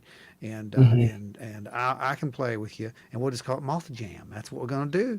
And Yeah, we'll have to do something like that. Yeah, Moth Jam 24s, baby. That's it right there. I can see crank up the lights. Marshalls and That's what we're doing.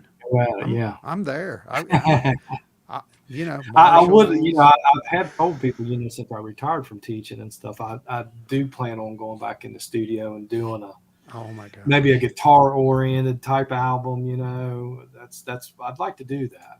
Well, when you get it we done, let us know. We did cut a couple albums back in the day, and I missed that. So It's I'd like so to much get back easier in there. now, Jeff. It's so much Mhm. easier now. Oh yeah, I mean- yeah, I know. I could probably come to your house. You could record that one album we did in Cleveland. It took us a year I to know. record, and Yeah, it was yeah. expensive. It was not cheap. So Yeah, man. I And might now come to you your can. house, bring my stuff. It's literally that easy now too. And Joe still can play, I think. So there you go. We got Mhm. rhythm guitars. Well, I don't know. We have to find a lead guitar. I usually don't play lead. Studio But musicians, yeah, studio musicians. There you go. I Yeah. know some guys. There it is, man. Yeah. Moth Jam. cool. That's it. We're doing it. You put that on your calendar. You can do that. All I'll right, give you I'll give do you that. permission. Brother, I want to thank you so much for being here. Okay, I appreciate it. You're Appreciate welcome it. here anytime, by the way. I'll try to I'll- get back on here and stuff, and Yeah. I'm sure I'll be in touch with you and stuff. So We do a Mothman special on an anniversary. okay, And yeah, plan. so- I'll be on there for that. Just tell Mhm. me, and I'll be. So yeah, I'd like to get both you and Steve. That'd be awesome. That'd be a good time Okay. to bring old Steve-O on. So that would be really cool to do. I'll All see right. you in a couple of weeks though. Either way, because I'm going to come down and visit Point Pleasant and see how things are looking down there after Okay, it's cleared out. All right. So, sounds thank you, my good. friend. I will see All you right. soon. We'll see you. All right, Jeff. Guys, the legendary Jeff Wamsley. What can be said other than the legendary Jeff Wamsley? Just an incredible individual. Runs an incredible festival down there, and I want you guys to get it out there to as many people as you possibly can. You want to be there next year. I'm telling you, you want to be there next year. If for no other reason, you just never know what in the world is going to happen out there, right, Brandon? Yeah, you never do. I mean, there's weird stuff that happens out there. That's all I can say about that. How weird, you might ask?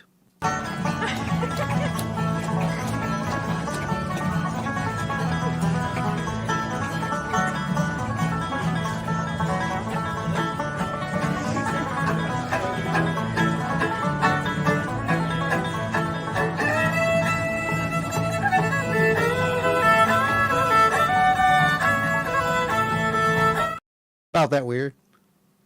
But it's also fun. And it's just that fun, too. Larry, good. Bless you, my son. Someone give this man a blessing.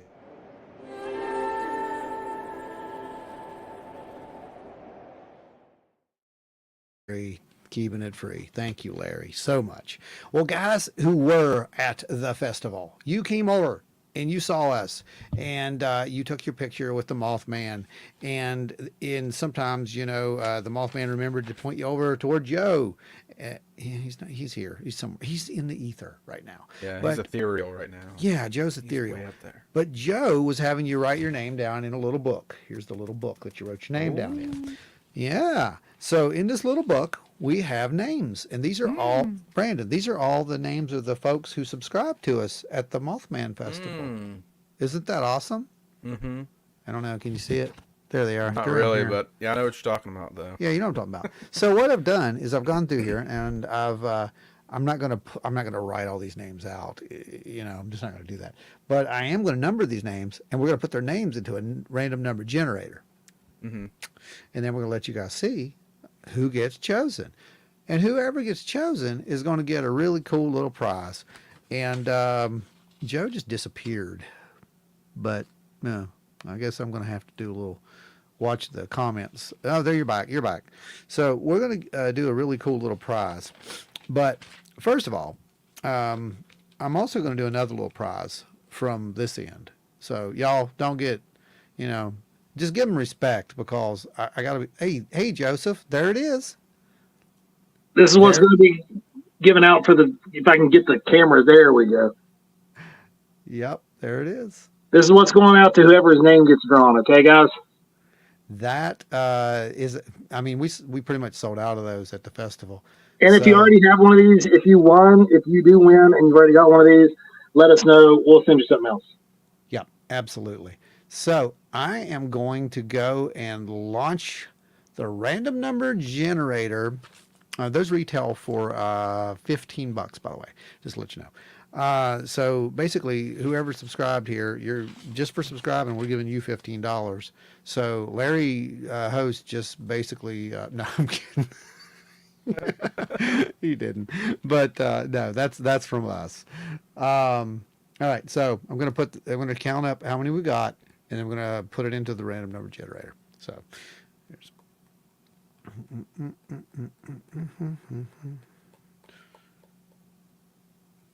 there's 22. I got 32 over here is what I've got. I've got 32.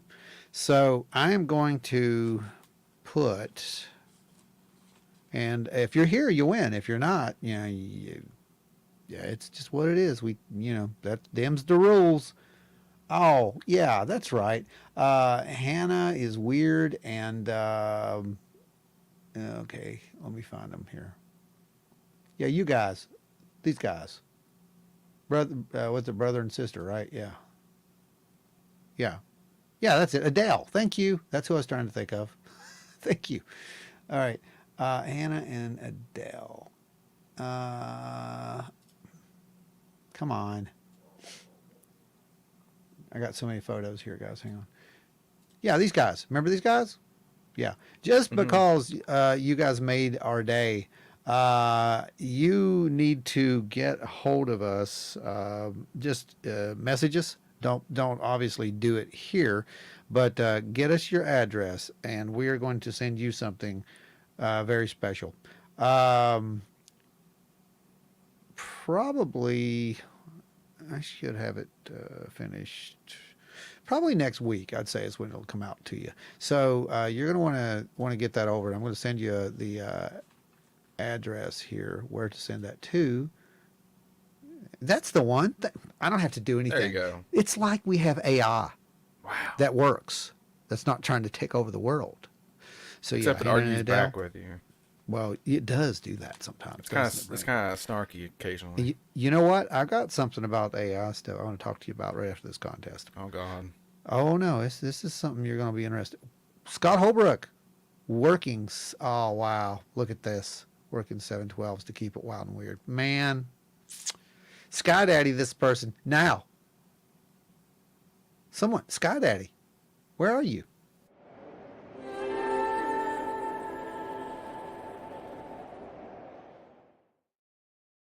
All right, oh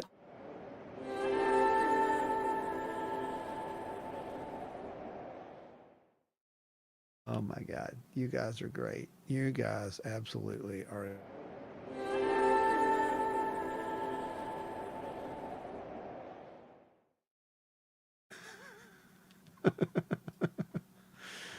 All right, let me pull up monitor number 2 so I can let you guys see the screen.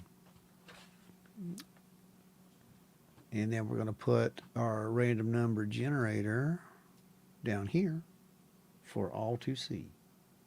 Yeah, it should work. Yeah, that's got it, I think. Okay. Hey, Brandon, while I'm setting this up, yeah, the Gravity Falls guys are awesome. Yeah, what you said. I mean, I saw some cool stuff there, but I didn't see anything as cool as that. And I know cool. I'm just saying. So, yeah.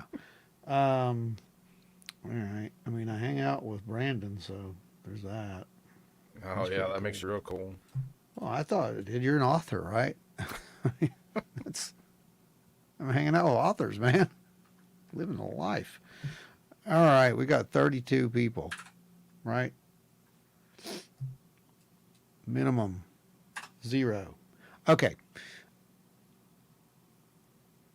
I mashed the summon this guy daddy 5 times before it took off, and then it played catch up. I was wondering why the multiple blessings, but I'm sure people enjoyed it. I don't know what's going on, but I love Sky Daddy. Dustin Morrison, you are our kind of people, my friend. Welcome to the family. We'll tell you exactly what's going on. Sky Daddy Trinity. All right, guys. I'm going to share a screen right now, so let's see if I can get this to work. Share screen. Window. That's the one. Can you guys see this? Let's see. How about now? Can you see that? All right. So you see that number, it says -70, right? All right. So when I hit the generate button, it's going to spit out a number over here between 0 and 32, apparently. Why does it say 0? I need 1. Hang on. 1 and 32. There we go. Math.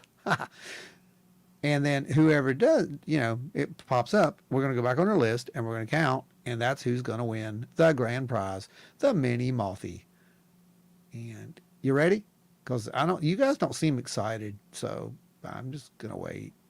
I joined after hearing about you guys at the Mothman Festival. Thank you. Yes. Thank you, Scarlett. Thank you. Larry Hose. Need more Sky Daddy. Larry. I swear.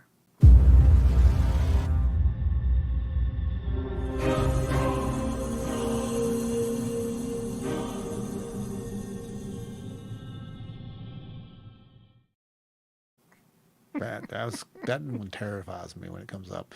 All right, I'm going to hit the generate button. Good luck all, and thank you for subscribing. All right, here we go, guys. Number 19. Oh. Number 19, Magical 19 gets it. So let's go and see who number 19 is. I'm going to set my monitor number 2 down there, which is basically a Wacom tablet. It works just fine.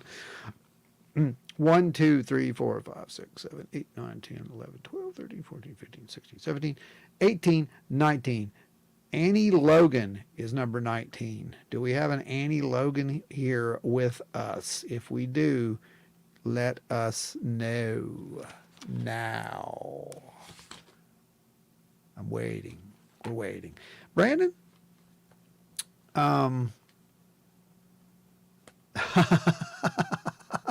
You're going to summon a ghost of Michael Jackson. You quit it. Brandon, what do you think about, I know you didn't get to go to the festival, but what do you think about the phenomena itself of the festival, the whole Mothman, the whole thing? Like, Well, I'm But glad to see that it has gotten the attention worldwide of that strange little, just a little small area that had that phenomenon happening. And supposedly still does to this day, 'cause there's still people that report seeing it now. yeah. So, And who are we to deny them? I mean, I don't know what it is. dude, I've seen I weird don't know if it's stuff physical or spiritual or something in between. somewhere. Yeah, extra dimensional. You know, But I people are think seeing Keel. something. I think Keel really was right onto it when he came. The whole extra dimensional kind of aspect Mhm. of it. I think that fits it. I mean, Okay, so Annie, are you okay, Annie? No, I don't think Annie's with us. I love you guys. You're so great. Oh, no, okay. All right. I'm going to do another drawing. How about that? You guys good with that? You think we're good going Annie here? I guess Annie's not okay, so yeah, go ahead. Annie's not okay, guys. So I'm going to hit the generate button again if you guys are cool with that. And here we go. Round number 2. Everyone, good luck. Remember, you do have to be present to win. So we're going to roll this thing until someone wins. So your odds are getting better. I wish it had an exclude, but I don't see one. Oh yeah, you're right. You're right. And he probably wound up in the Thriller dancing. That's just true. All right. Well, that was a roll back the clock, number 28. Oh man. Number 28.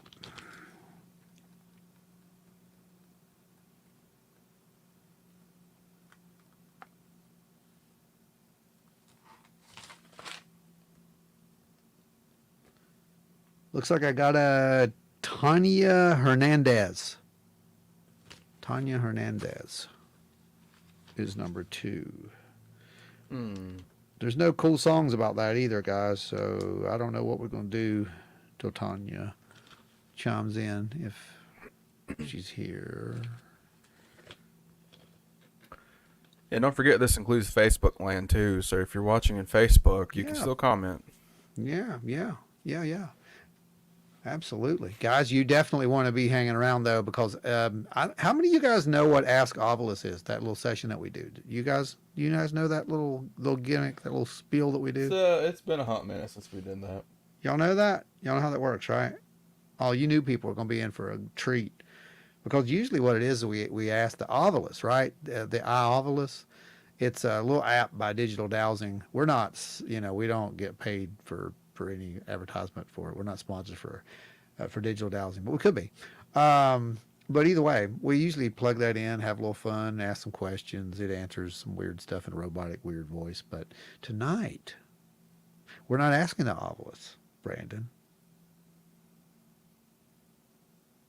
We're asking Mothman. To be precise, we're asking Mothy, because Mothy's going to join us in a little bit, and Mothy's going to answer your questions. Tanya from Mothy. Okay, I take it back. You guys can totally find something to, yeah. All right, so we're going to move on. Are we good to move on? Yeah, last call for Tanya. Yeah, last call. I feel like I'm at an auction, Going once. What? You just offended like a quarter of our whoever's listened to us in whatever country that was. You just did. That was What, wrong. all those auctioneer people? That wasn't auctioneering, man. Auctioneering don't do that. They're 150, 120, 510. I can't do that. So that's what they do. You can do that. Well, So, to Brandon. Let's see. All right. Well, we're going to hit generate again. Here we go. Boone Countyism. There you go. All right. Here we go. Oh, way back down the list on this one, guys. Number 3. 1, 2, 3. Kristen Portillo. Portillo. That's a cool name. I like that last name. Portillo. Kristen Portillo, are you with us? Yes or no? Kristen Portillo. Nope. Anyone? Anyone? Kristen?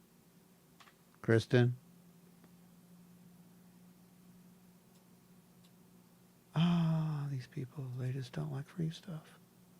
Brandon, have you seen people who don't like free stuff? No, but apparently we have quite a few of those tonight. Maybe we should use the Ovilus to find these people. Right? I'm thinking that's probably it. Okay, well, I'm not seeing it, so I'm doing it again. So, you know, here we go.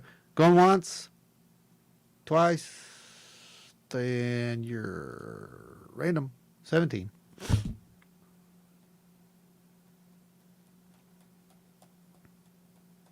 James Subia. Are you here, James Subia? James Subia? I like free stuff. My name's Kristen. No, it's not Adam. Don't you do that. Bad, Adam. Bad. Don't make the Sky Daddy smite you. James Subia. No. You know what I think I'm going to do? I swear. Hopefully you land on my name because I'm here. There you go, J. Paul. That's exactly right. That's what I'm thinking. I've seen a couple of you guys. I know you're here, so somebody's going to get this thing. It's just a matter of when. Here. Yeah, absolutely. There it is. All right, we're rolling again. Here we go. Another round. Thank you. Absolutely. By popular demand, another round. Number 19. Okay.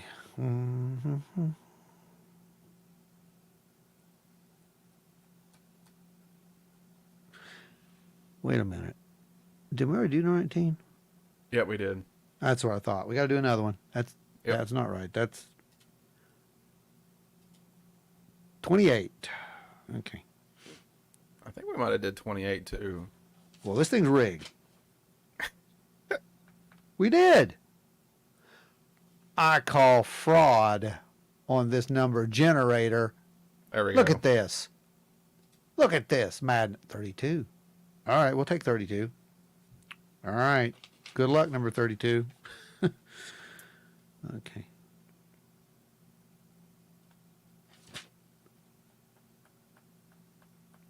Oh, you got to be kidding me.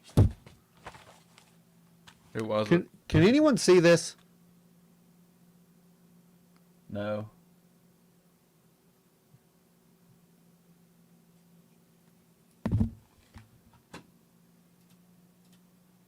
I think it's rigged.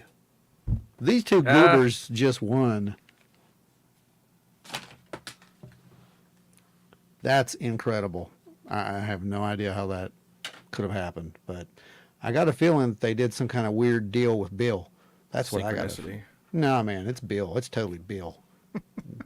That's what that was.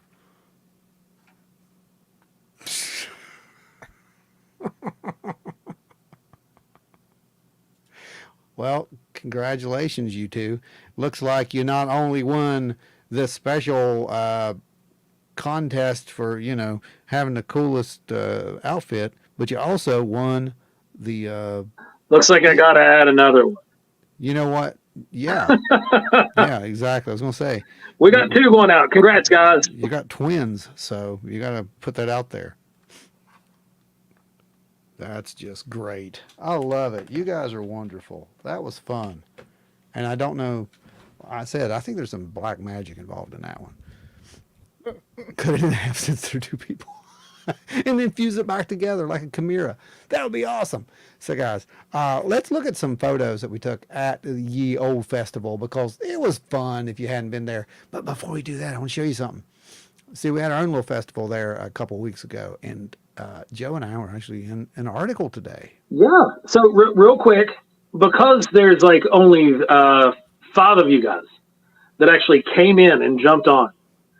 Every one of you go, the folks that didn't win, Canada, you included, go and fill out just a little email to wildandweirdwv@gmail.com.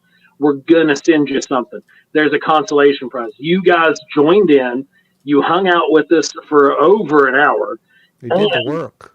You did, yeah. You guys were here. So if you were on that list and you checked in, you're here right now, go send the email like right now. Bring it up in another screen and send it over wildandweirdwv@gmail.com. I'm going to put it back in the comments. So yeah. Thank you guys. I'm out. Yeah. I got to go wrangle kids again. Copy that, brother. Congratulations, you guys. See how that worked out? A week ago, you didn't even know about us. And tonight, we're giving you free stuff. That's just the weirdest thing. And there's no strings attached. That's the other weird part. How about that? No, Spooky, you weren't on the list. Would you quit? Jeez. I'm about to add him on the list. Why would you be on the list? Did you That kind sign? of list. Let me see if you. Let me see if. Did you sign the list for real though? Let me check. He probably did. He probably did. I don't know because I was in a suit all day. So if you guys did it, you're on there. All right, let's see. There's Scarlet.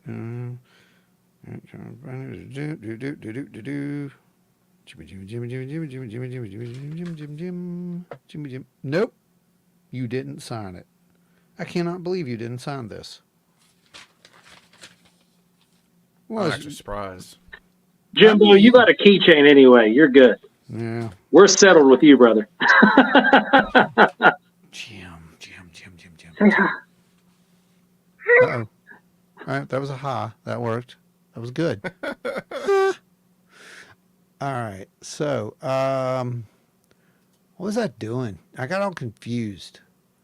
I mentally signed it. Yeah, you did. Yeah, you did. Oh, yeah, I was going to show that picture. Where's it at? Hey, Dewey, you'll like this because you were there. Check it out.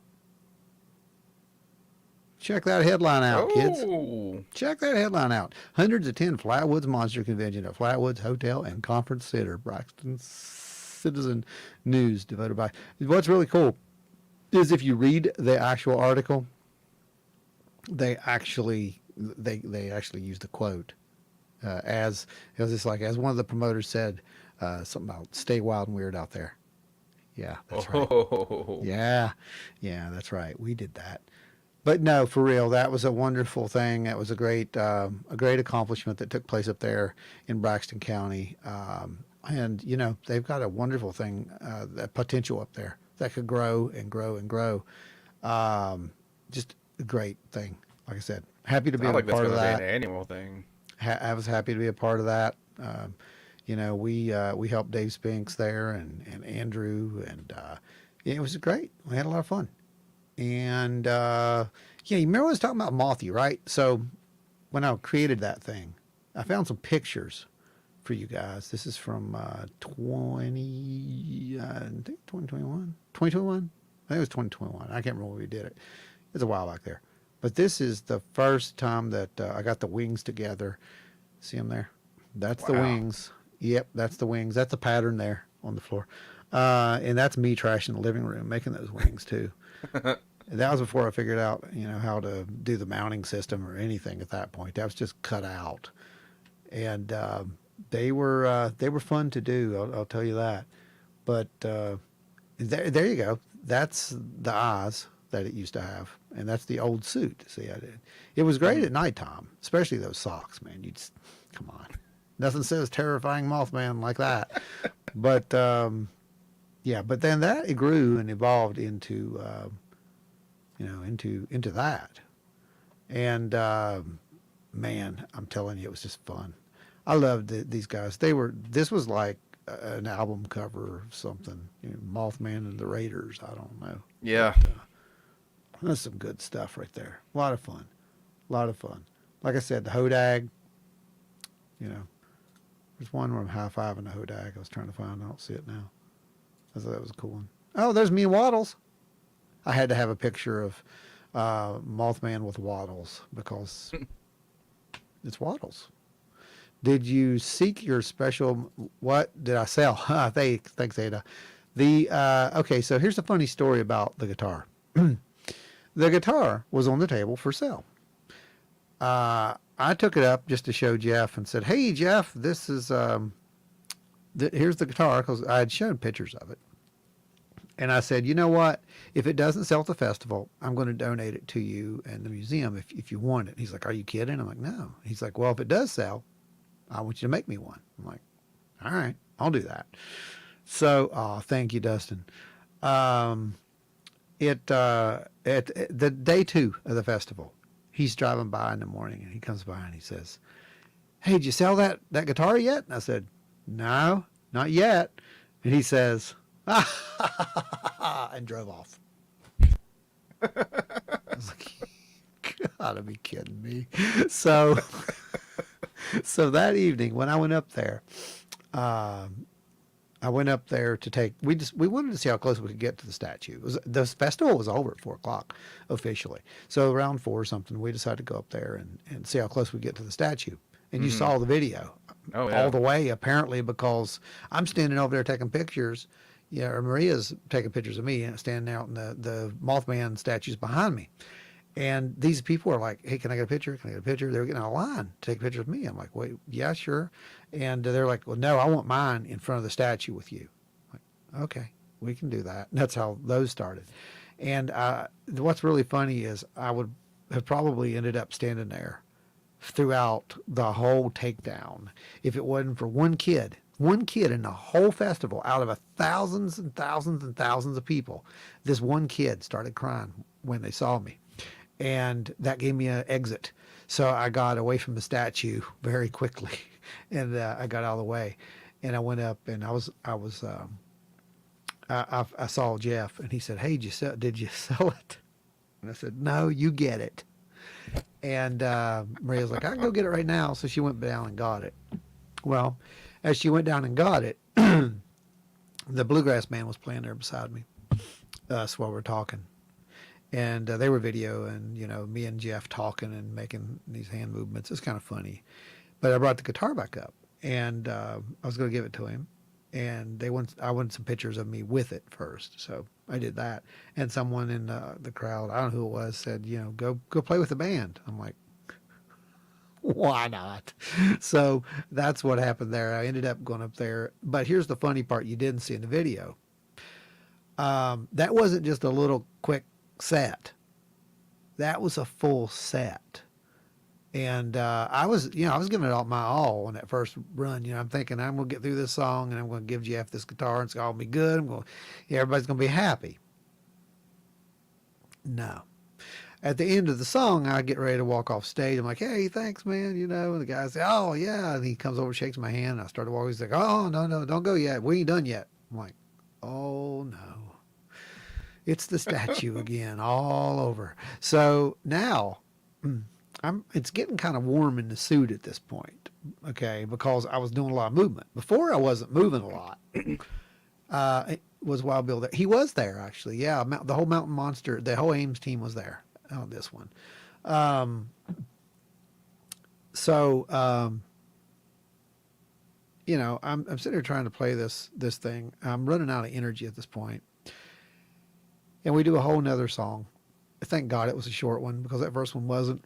And we got through it. And then I went over and presented the guitar to Jeff, which was really cool.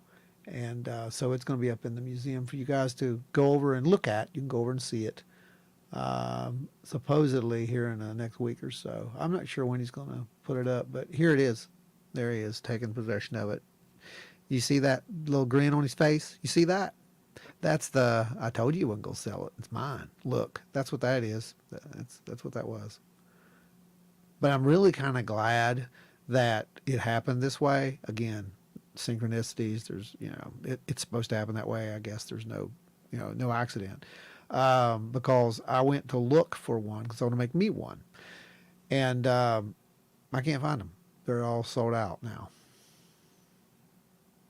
It's an exclusive to the place where I get it, and they're completely sold out. They have the acoustic body, but they don't have the Strat body, and I want the Strat body. But yeah, so Brandon, tell me a little bit about what's going on. I'm going to go fire up the Mothy thing, okay, and get that ready. You guys stay here, Brandon. You have the floor. I'm going to remove myself for just a second. I'll be right back. Do not go anywhere, guys. Trust me, you do not want to miss this. It's going to be fun. Get your questions ready for a Mothy because he's coming. Well, in case you guys don't follow me anywhere, I recently just signed a book contract to have a shorter version of my short story collection come out, and it'll be out on October 24th. Oh, wait, everybody. Yeah, give him a hands up for that. That's absolutely phenomenal, by the way. Absolutely phenomenal. So, yeah. Thanks. I'll be back. So I'll have those ready for pre-order here soon. As soon as I get some information from the publisher, I'll let you guys know something. Might do a giveaway or something too. Depends on exactly how that works out. But for everything else, you can still buy the larger collection if you go to my website, brandonwrightshorror.com. I have stuff there. Hey, there's Ashley.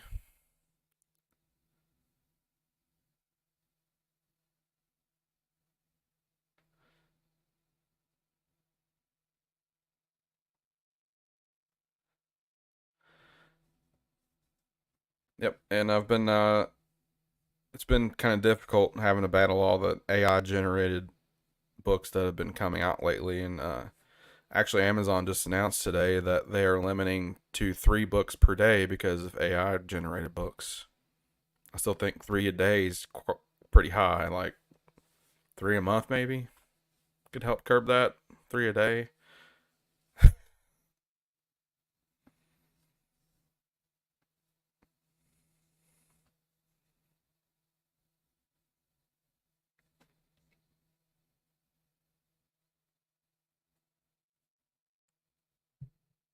And we're eventually going to do a whole episode on AI too, so Ron's wanting to call it the AI Wars. Which it really is. That's a battle for all forms of artistry. You see the screenwriters on strike right now for Hollywood, mainly because Hollywood won't ban AI generated scripts, which is ridiculous. Oh, whoa. We do not like AI.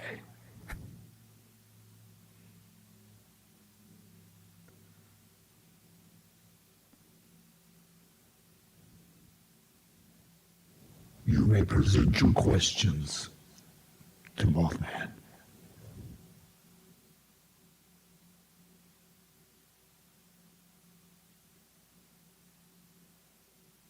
Guys, I'm a little terrified right now. Not lying. Be not afraid, Brandon.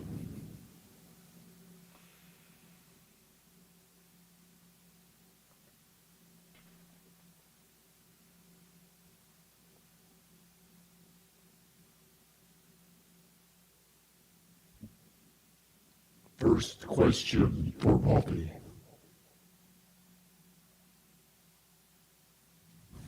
Mothy absolutely misses Waddles. Yes. Waddles was the highlight of the festival.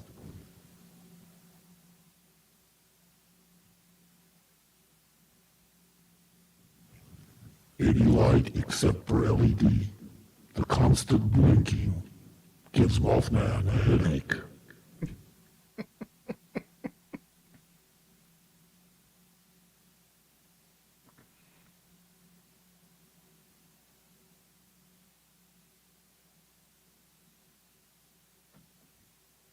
Next question, please.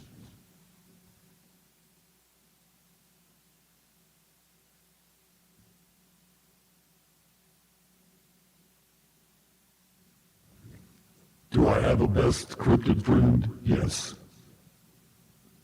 I hang out with Braxy quite a bit. We drink margaritas. It's a good time.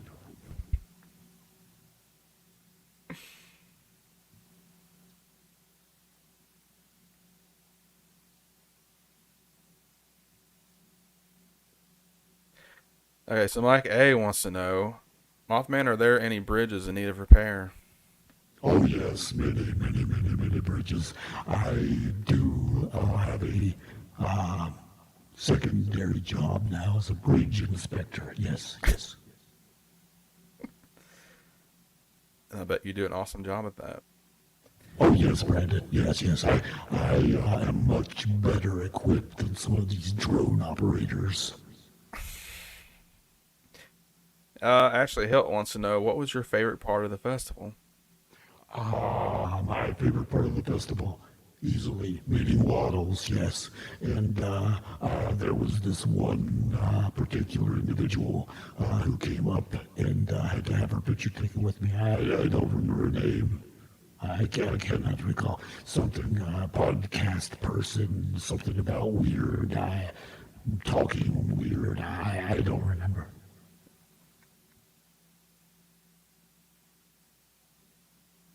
Oh, Ada, timeless.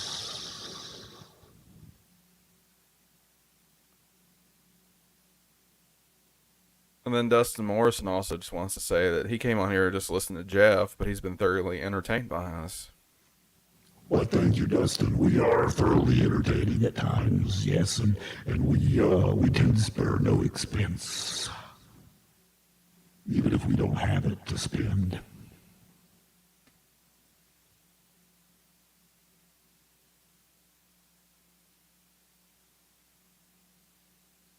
You guys got any more questions?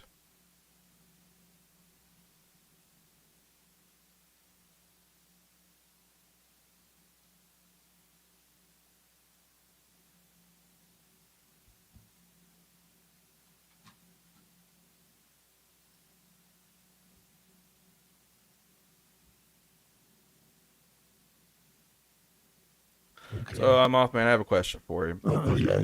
Are you wanting to convert the bunkers into like apartments or something at some point? No. The bunkers are going to be a tourist attraction for myself. It provides great entertainment for me as well. Many people come down and like to paint them for free as well. And I'm a very thankful for the artists who come and do that. Mike A wants to know, did you happen to visit the Chicago O'Hare Airport within the last couple of years? No. I can't fly commercial up there. It's no. Oh, you mean, was that me? No, that was my brother Ted. Ashley Hilt wants to know, do you prefer buttercream frosting or whipped? That's a tough one. That's a very tough one, actually. Yes. I don't think I had a choice there. It's both are very well. And then Adam, of course, wants to know, if he cooked me in a slow oven, how long would it take to make sure all the parasites are dead? Well, Adam is just a very strange individual, Brandon, and I would be very leery of him in the future. That's my advice to you. That's pretty bad coming from you, Mothy. Oh, yes. Hannah wants to know, do you prefer fan art of you and Waddles, or do you want fan art of you and Waddles? Oh, by all means, this should be a thing, yes. I agree. Dustin wants to know, what did Bob Roach get wrong in his statue of you? Well, I believe that actually is Fred. That's not me. So the big shiny metal butt isn't you? It's not No, yours? that's Fred. That's my brother, Brandon. Yeah, he works out? Fred is very built. Yes. He has a few kids called a cake. Yes.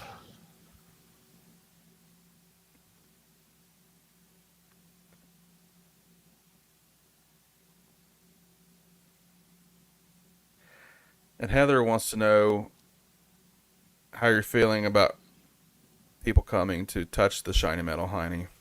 Well, I'm sure Fred loves it. I think it's a bit weird myself, but people gotta do what people do. Ashley wants to know how you feel about these accusations of you and the bridge. Can we have an official statement?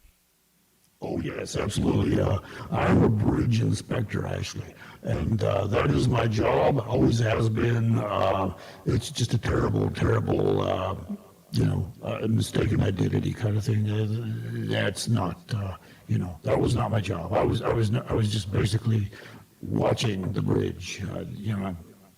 I knew what was going to happen. It was all wrote down. I had it. And then I lost the papers to prove my innocence. And by that time, this man named, what was his name? Something Keel. He wrote a book and defamation of character, and that's all I can say. Mm. That was back in the days before you could sue people for that. Oh, yes, absolutely. Yes, Brendan. Yes. I have a very good lawyer now. A very good law team, actually. I have to have it because I'm so famous now. I think Adam might be slightly attracted to you because he's wanting to know what you're packing. I see. Well, as I said, Brendan, you must stay away from this Adam person. Very, very unstable.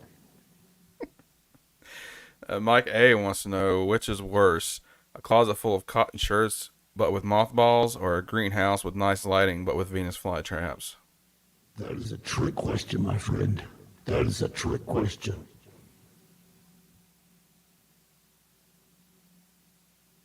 I'd say probably the Venus flytraps because at least you could avoid the mothballs. This is true, Brandon. This is very true.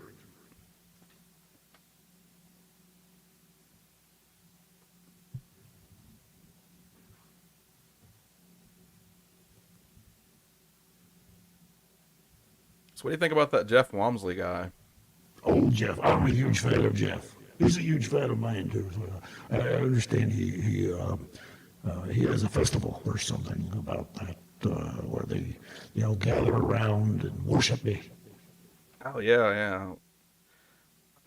I heard there was a lot of cans of beans left for you.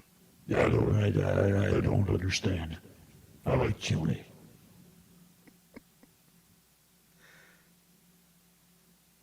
What do you think about this camera that's watching Fred's statue all the time? Isn't that kind of weird? That's very perverted, Brandon. This Jimmy person is very strange, too. So you're saying that he's into voyeurism? I think that he and Adam are probably very, very familiar with each other. So Heather wants to know, is there any truth to the accusations that Mothman eats dogs? Absolutely no truth to that at all. Ashley wants to clarify, so you don't actually eat beans? No beans or potatoes. Potatoes are evil. Oh, Hannah wants to know if you found the vape that somebody left for you by the statue. No, I did not. Fred probably found it. Fred visits the statue quite often, I hear. And Caitlin wants to know, what's your favorite Subway hoagie? Probably the 6-inch meatball.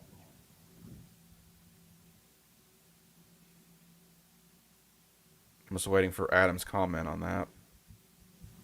He's a very strange individual, Brandon.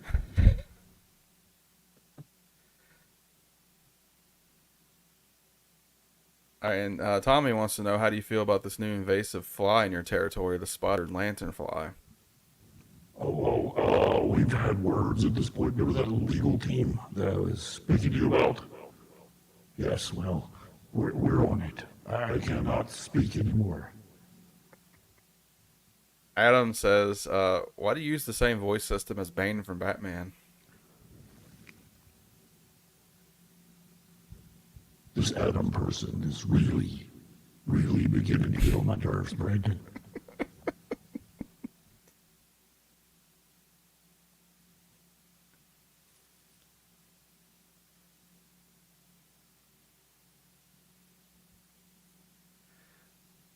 And Adam is still going on about what you're packing, so I think we'll just dismiss him for right now. Brandon, perhaps I should visit this Adam person. I think he should peep in his window sometime. Just give it a nice scare. I believe I should use my hypnotic eyes and possibly make him regret ever speaking of Mothman again. Ashley says, do you think you'll ever be sponsored by Mountain Dew? Well, could happen, I suppose. It would be better than some of the alternatives. Yes, yes, Mike, it could happen. Yes, yes, yes. that'd be awesome. Mike A says, "What is more detrimental for Americans, the puppy dude or the McRib?" McRib, definitely McRib. Yes, yes. Pure evil. Oh yeah. Adam wants to clarify that he is your homie. Okay, okay. Oh, Dustin wants to ask, do you miss your old home at the North Power Plant? the old nest. Yes, yes, yes. I wept for days as it was reduced to rubble. Tommy wants you to clarify, was that really you in Chicago? No, Tommy, that was Fred, my brother. He acts like me a lot, but he's built far better. Adam says to come outside, he's waiting for you. I'd rather not do that, Brandon. I do not trust this Adam person.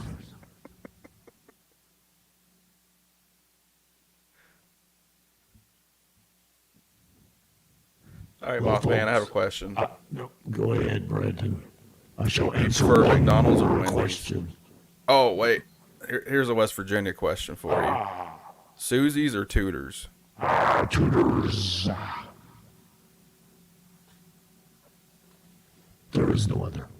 Brandon, I must return to the extra dimension from whence I came. Oh, okay.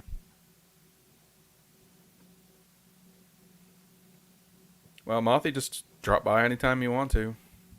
We always got room for Mothy here. Thank you all. Thank you all very much. Thank you. We'll see you soon.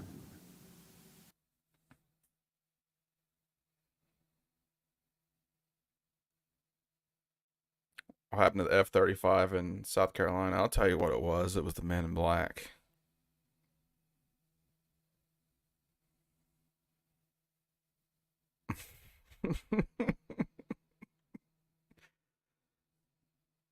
Adam, I think you're going to need a pretty huge can of bug spray for that thing.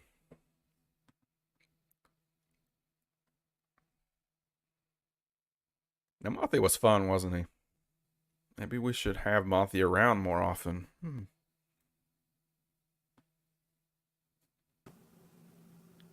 Okay.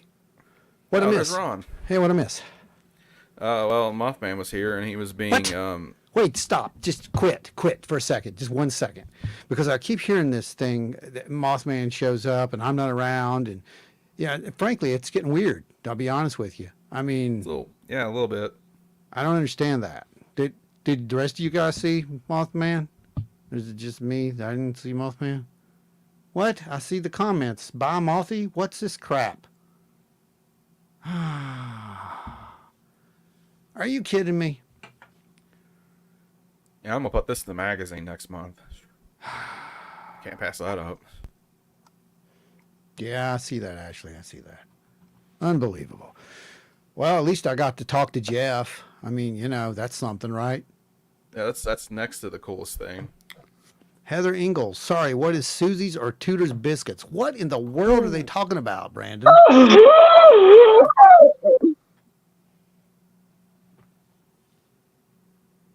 Well, I believe Joe's dead now. Thanks, Heather. Susie's is another company, if you don't know, and they make these monster biscuits, but no, I just know they're not close. No. Her biscuits are a little too floury for me. Kind of like gag on them when you're trying to eat. Yeah. Oh, yeah, face red. You're right. Hang on. I'll fix that. Let's see. Where's it at? Blue. There we go. I'm blue now. Oh, a little too blue. Well, anyway. Looks like my lights got mixed up over there for some reason. Okay. Anyway. Yeah, I wonder what happened. I don't know. That was very strange. I just had to go away for a little bit, and I came back, and you guys said Mothman had been here. I don't know. It's weird. Well, Yeah, poor Mothy. He was being verbally molested by Adam. this happens. I want everyone just to ignore Adam. He's one of those, kinds that you just kind of you got to go with it.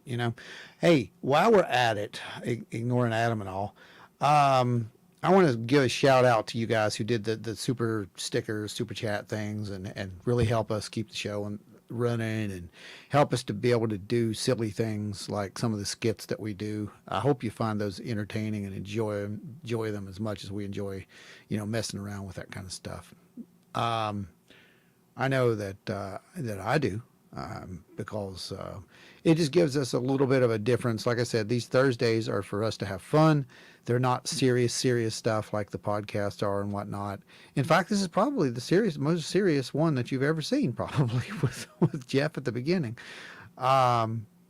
Let's see. What? I'm not saying Ron is Mothman, but I've never seen them in the same place. Man, that's like that Spider-Man thing used to hear. Anyway, executive producer, Adam Good, Teresa's Haunted History of the Tri-State, Dewey Edwards, James Boggs, Spooky Appalachia, Larry Host, Guitars and Chains, Craig, Travis Rednick, Jeffrey Steele, and Russ Bailey, and Chris Coots, and Ada Cox, Nancy White, and Scott Holbrook. That's who.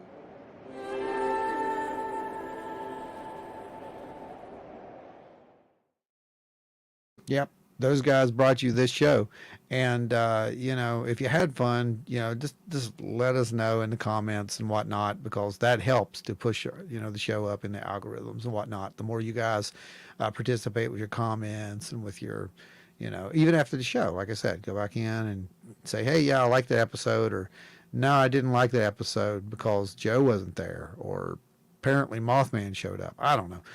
I didn't know you guys did skits. You should ask Mothman to help out with them. Yeah, that'd be a good idea. We should do that. Apparently Brandon knows him. I don't know. Maybe Mothman is afraid of you finding out the truth of everything. That's why he hides from you. It's very possible, Caitlin. It's very possible. Tudors makes biscuits. Yeah. I mean, Tudors.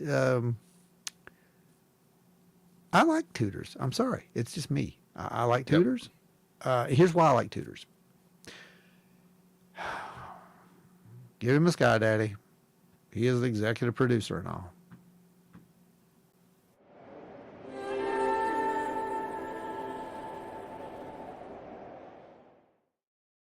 I feel there's a certain level of abuse of power being taken place, but what do I know? So, why I like Tudors? You guys do know what Tudors is, right? I mean, most of you. I mean, surely if you're not from here, you had it during the festival, right? If you didn't, you need to next time. Make sure that you make your way to Tudors and tell them, Mothman sent you or something. I don't know. They'll get a kick out of that. What Ashley just said. Can they pop that up? That's the gospel right there. Pop that up there. Tudors is superior. I wonder if it was just because I can only have it in West Virginia. But no, it's legitimately the best. Yeah, right. And I know a lot of people who actually do come from other states, and they feel the exact same way. When they're here, it's one of the things that they do. That is a tradition, because those biscuits are friggin' good. Yeah, I think there is a Tudors in Ohio. Is there? I don't know. Yeah, I think it's near Chillicothe. Oh, I did not know that. I think so. Yeah, see, like Caitlin there, right? Yeah, I'll have to look it up. We're from Pennsylvania, so we haven't heard of them. Yeah, you're right. You haven't. It's a little bit south of you. And the next time you're in this area, you've definitely got to seek out a Tudor's Biscuit World. Yeah, there's actually a few of them. There's a couple near Dayton. Yeah. Believe it or not. Is there? Yeah, really? Mm-hmm. Okay. Yeah, and there's one in Wheeling, so if you're in Pennsylvania, just drive over to Wheeling. Yeah. Oh, has anyone in the chat ever had an experience with Mothman? I've seen what I assume was him once. One evening, I was raccoon hunting, seen two glowing orange eyes that were flying through the trees. Hey, Tommy, that's pretty interesting. There's a couple of us actually who have had an experience with something that resembles or falls under the label and category of Mothman. Yes, I am one of them. I've seen many weird things, and that was probably one of the weirder things. It makes And me I will, wonder if this thing is the origin of the Birdman cult. I think I they're don't, tied together. you know what, Brandon? I don't know, and I think you're possibly onto something with that. I think it's a very ancient. I think it's a very old concept. Mm-hmm. Yeah, Mothman experiencer right there. More folks than you think have seen it, and she's right. She's 100% right. Yeah, the full story of what I had seen, you know, it's been documented at this point. It was documented in Mothman Legacy at Small Town Monsters. I've talked about it a million times on a lot of our podcast. I talk about it sometimes in our presentations. Mostly I talk about the UFO experience, but I do briefly talk about the Mothman type sighting thing. But if you guys want to hear it, yeah, I mean, I'll be glad to tell you.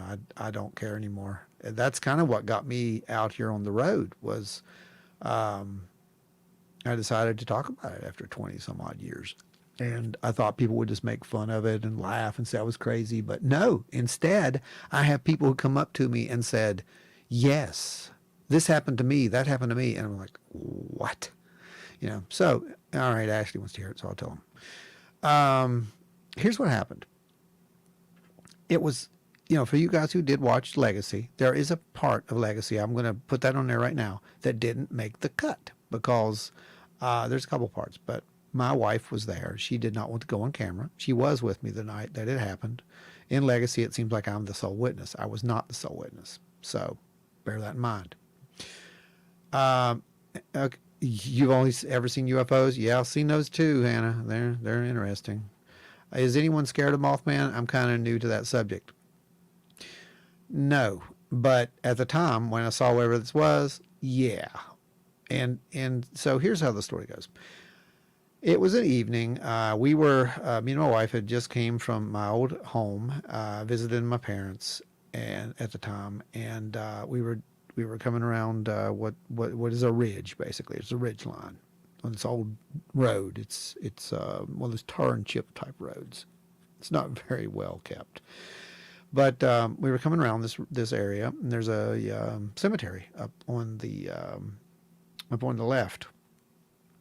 Now, what's weird, I was already at this point investigating some strange stuff. I'd already had multiple experiences, and I had already literally stopped investigating UFOs, a lot of paranormal phenomena, and was kind of just moving away from it because if you watch this stuff, you'll understand. I had a hard time adjusting my belief systems to kind of encompass all of this. It's a big adjustment. It's a big attitude adjustment. It's a massive belief system adjustment.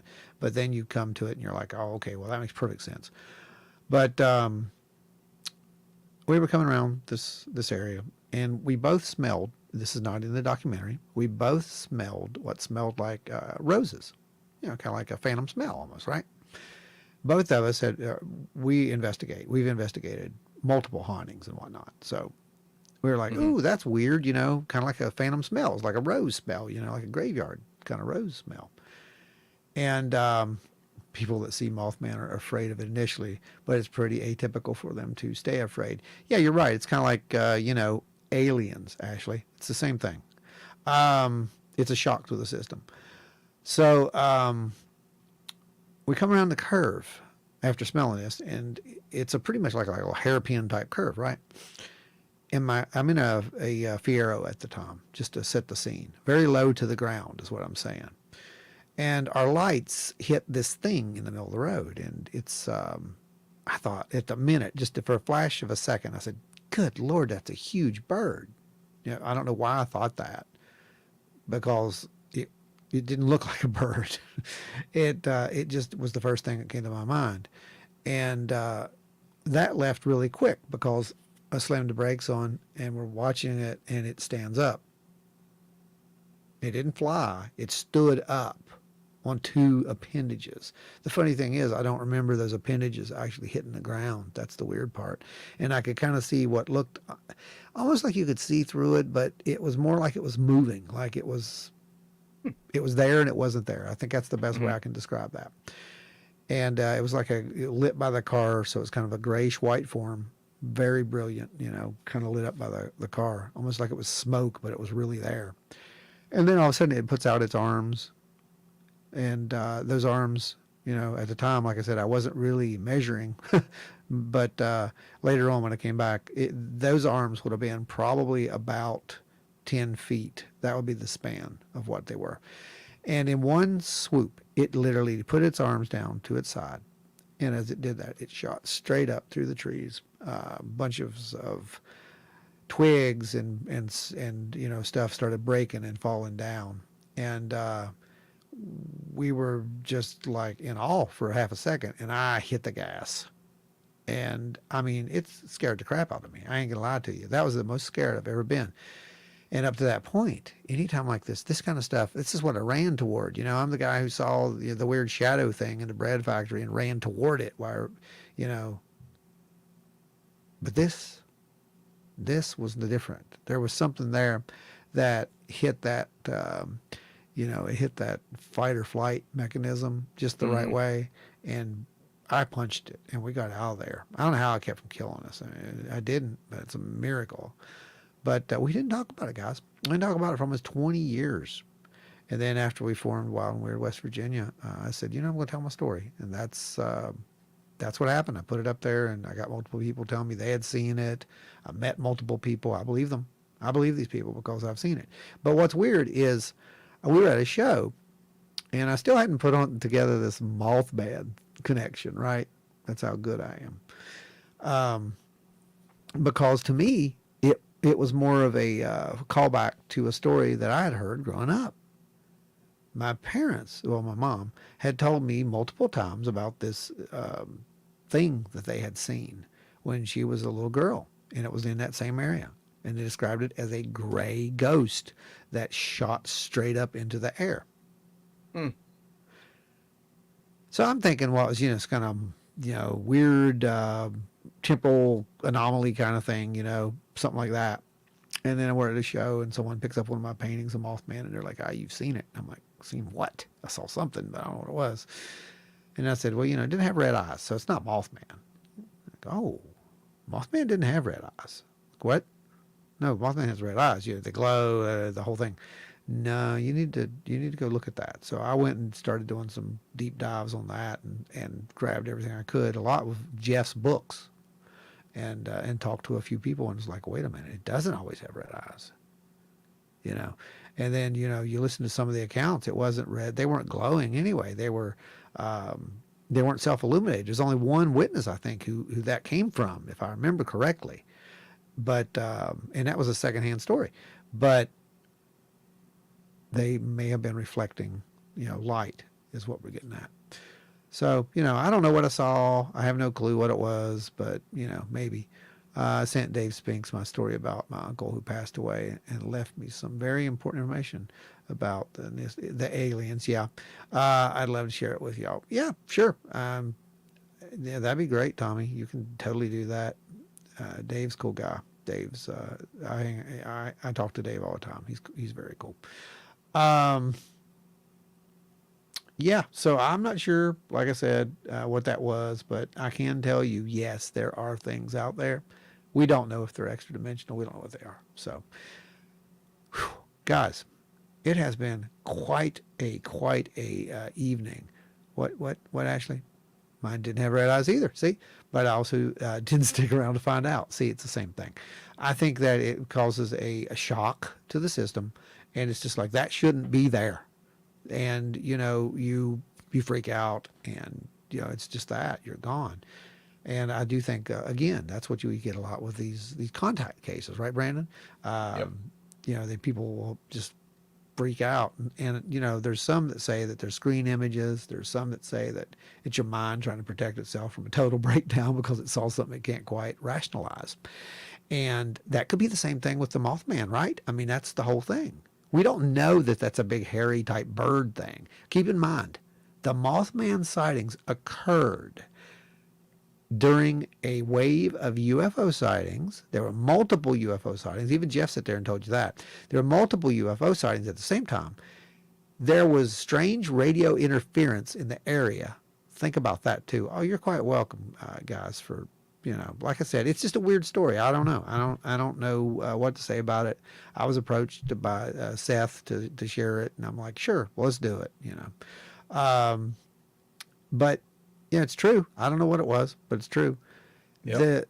The thing is, Brandon, is we have the same kind of stuff that went on with the Mothman experience, the phenomena, the original sightings, that we see in some of these contact type cases. We have weird, the TV interference, the radio interference. Well, think about that. Just think about that for 1 second, because it's the same kind of thing that we're hearing with some of these other accounts now, right? Because we've got strange radios, signals and whatnot. We didn't have EMF meters back then, but we had TVs. Here's something else I want to propose. So we know that the oldest traces of humans in North America starts somewhere around Alaska, and then that makes its way down, right? Right. So maybe the Birdman cult started somewhere in the central part of the U.S. after they started seeing stuff, and then that moved down south to where it really exploded, like the Mayan and the Aztec empires. It depends on who you talk to. There are those who believe that the migration started from south to north as well. Yeah, that too. Uh-huh. But the evidence that I know of right now says north to south. Right. So, that's the evidence of, the archaeologists and whatnot. But the old stuff that they publish. Exactly, stuff they publish. But a lot of the old tribal stories say we came south to north. And so, that kind of explains the older culture, so to speak, down that way and moving in. Well, there's also the Olmec who just suddenly disappeared. Exactly. Yes. Absolutely. Wasn't there like a they think it was like close to 1,000-year gap between them and the Mayan? That's right. And they don't know what happened in between. Yep. Absolutely. The same aspects that hit during the Mothman sightings also happened during angel encounters. Bright light, strange perspective, life altering. Just saying, she's right. It's perspectives of how we interpret these things. I think we're on the same page. Actually, I think we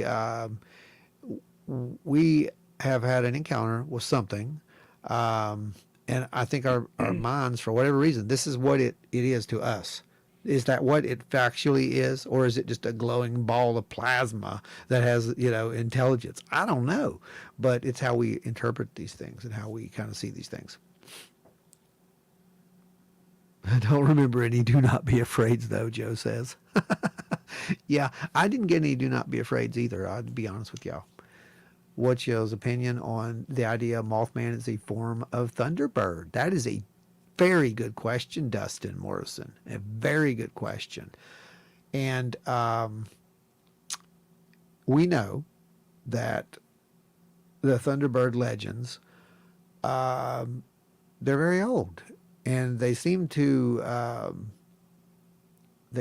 have an origin that doesn't just go with what am I trying to say? Like a mythology. We know that there are these old stories of these giant birds that were seen by pioneers, that by the first settlers that were in the area. They cannot be dismissed completely. Could that be an interpretation of Mothman?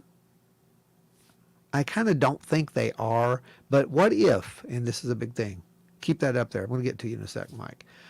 What if it's kind of like the UAP thing? What if there's multiple explanations for Mothman? I think that there could be. I think that some of those sightings could very well possibly be some kind of a bird type creature, be it giant or whatever. And I think that could be this extra dimensional, higher intelligence kind of thing associated with it. Maybe they were seeing craft in the air and they didn't understand what craft in the air could possibly be, so they said birds. Yeah, that's one of the theories, Brandon. Especially one of the legends from down, I think it's South America. I believe it's South America, where they describe the 1,400 creator gods or whatever that emerged from the mouth of the bird, or not a bird. Sorry, it wasn't a bird. It was a delta shape. It was was it a spear point or arrowhead? It was something like that. But it was flying, and the point is that it looked like that to them. That's what I'm trying to get at. So they see this, giant spear point or arrow, and these creator gods come out of it. It's the same thing. Could it have been a physical craft as versus a bird or a biological? That's thing? what some people think, that dragons might have been the origin for dragons in the sky. Might have been them seeing like vapor trails. Yeah. There's that, and you have the theory that it's a reference to a comet. We've talked about that before too. Fallen worlds. Mike, I'm gonna go ahead and get to you. So you're driving, saw a large bird, and then hit it. Did it damage your vehicle? Did you see any facial features? Sorry for multiple questions. Didn't hit a bird. There was no bird. Didn't hit a bird. Was driving, saw what I thought was possibly a bird, slammed the brakes on. That's what I was saying. We came to a stop. And this thing was probably about good 10 feet from the car, something like that, 10, 15 feet from the car. I mean, it's, it wasn't a bird, bud. I know that's also one of the things that they did in the Mothman Legacy. They made it look more bird-like, but that is not what it was. That's not what I described either. They tried to get it as best they could because they said it was kind of a translucent. That's why they put like that translucent film on the texture. DeSanto put on there with the wings, but it wasn't. It was not a bird. We don't know what that was to this day. Yeah, I don't think people are seeing birds because the things that people are reporting don't act like birds. They really don't. They really don't. It was very strange. Have you guys ever done a show on atmospheric beast? You mean like the what are the rods, and there was I believe there was a UFO sighting at one time back in the 50s or 60s where they actually said that these things were more alive. They were not a craft. They were a actual, it's a kind of like sky jellyfish kind of thing. It reminded me of almost of the first episode of Star Trek Next Generation, Encounters at Farpoint. It's sick that I know that. But they were big, big sky beings, basically. And no, we did some like Strange Falls kind of stuff, but we never really talked about that. That's a good one, though. That's a really good one, and I like that. Y'all take note of that. Ashley's got a good idea. And what was it? Do you know what city Mothman has been sighted in? My dad said the last sighting was in Chicago. Okay, so Hannah, the sightings in Chicago, they were around 2016 or so. There's been a lot since that. A lot have them been reported since then. But the problem we had with it is that when we were up there, we used to do a big reptile show, and we would go up there and we'd put our stuff out like we do here. People knew what Bigfoot was. They knew what all these other things were on our stuff, but very few knew what Mothman even was, and very fewer had commented that they had any clue. So, in the one hand, you had these people saying they were seeing things, and it was all over the news. But on the other hand, you had the public, and keep in mind, there's about 70-some thousand people come to this show over a period of 3 days, who really didn't have a clue what we were talking about. So, I don't know. That doesn't mean anything, per se, but honestly, I got to have, like, right here, what she just said. We got to share data. I've had some results, but here's the thing. I want the data. I want to see more of that Chicago data because I really didn't get that firsthand while asking. But again, we were at a reptile show. So, there's that. I wasn't out there going and doing an actual investigation, So that was just like, hey, we're in town. Let's find out if these guys seen anything.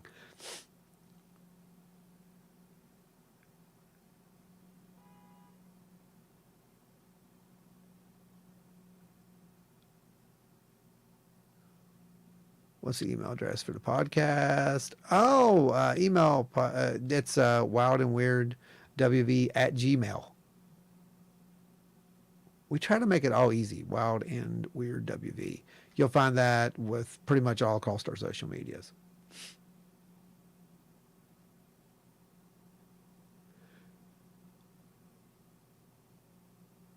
Yeah, I think some of the Chicago ones, people might have just been seeing like strange lights coming off of buildings and thought they saw Mothman. I don't know. Like I said, it's hard to say. Wasn't there? There was one report that Chicago O'Hare themselves actually reported. I saw of that. something weird I remember happening. when it happened. But that's the only one I know of confirmed. I remember when that happened.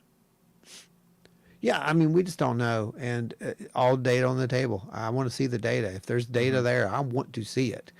Like I said, I'm not here to bolster any claims or or shoot them down. Other than the data says this, and if the data says we talked to people and they didn't have a clue what we were talking about, that was the data. It doesn't mean they all didn't. I'm sure.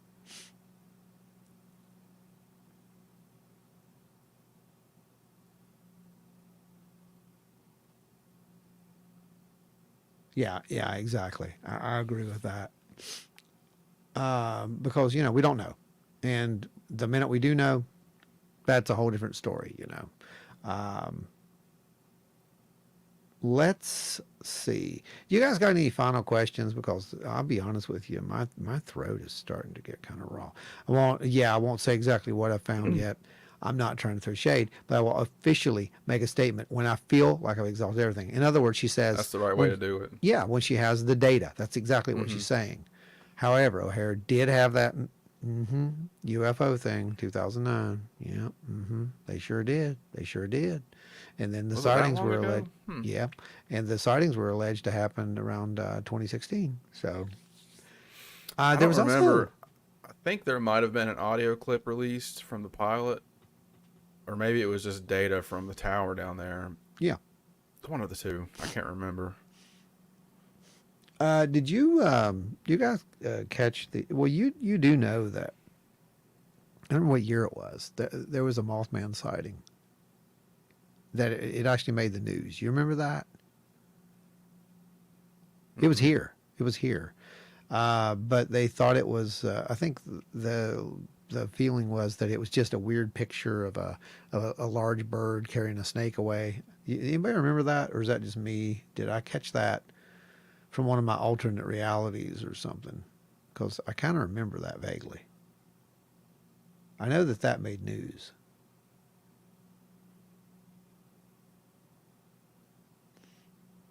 I don't remember that.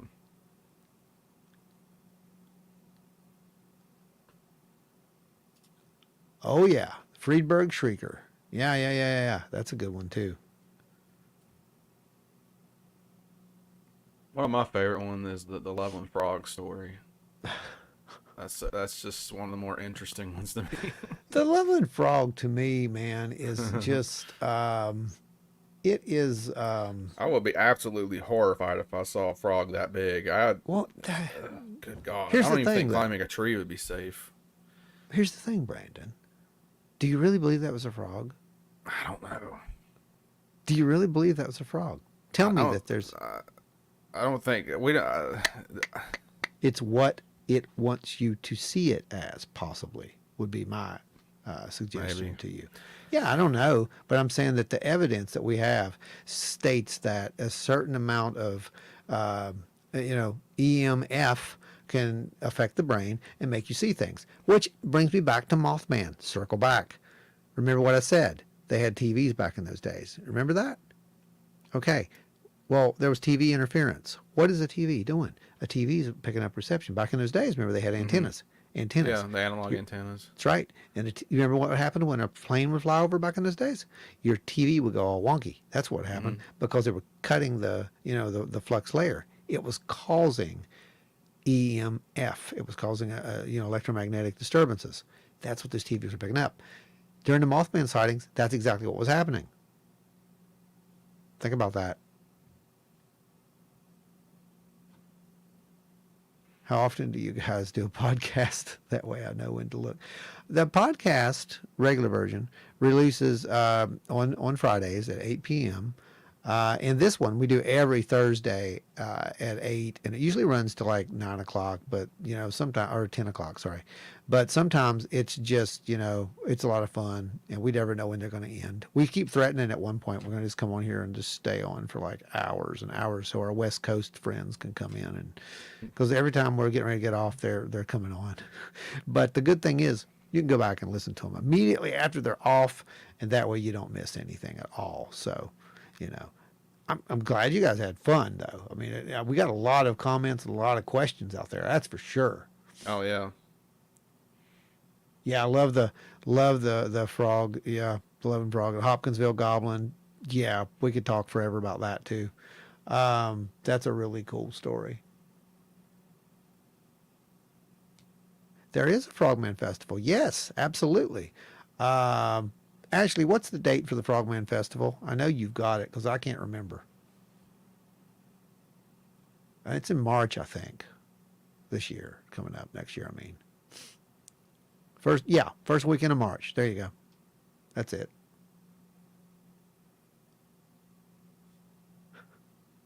I got football games on Fridays for the band. No, well, the good thing is, Hannah, they those aren't live. They premiere live, but they're just pre-recorded shows, so you can watch those at any time. They're available at any time to watch.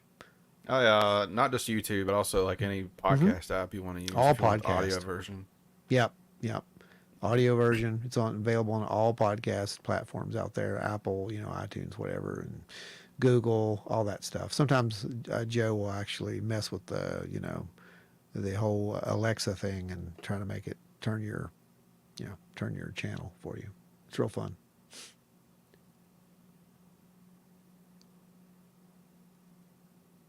Oh, it's no problem, man. Absolutely no problem at all. I don't know if I may have not even said break.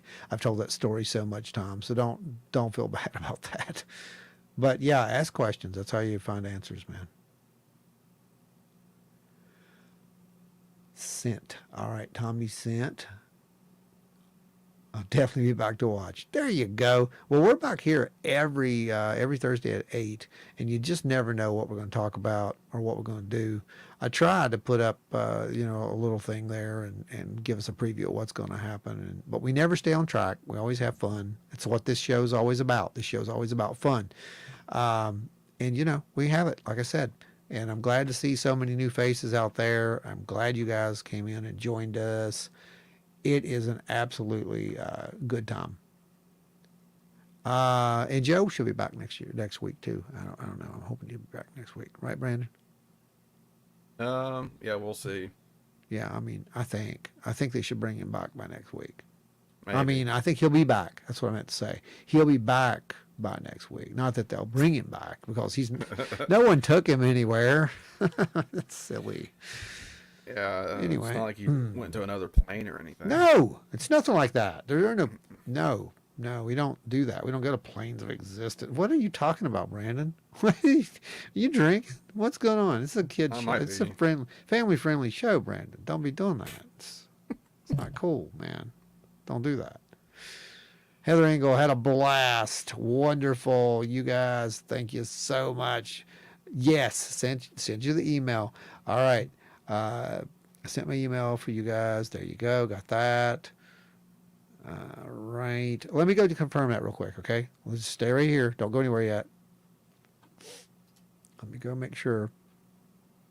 Okay, I got Thomas's.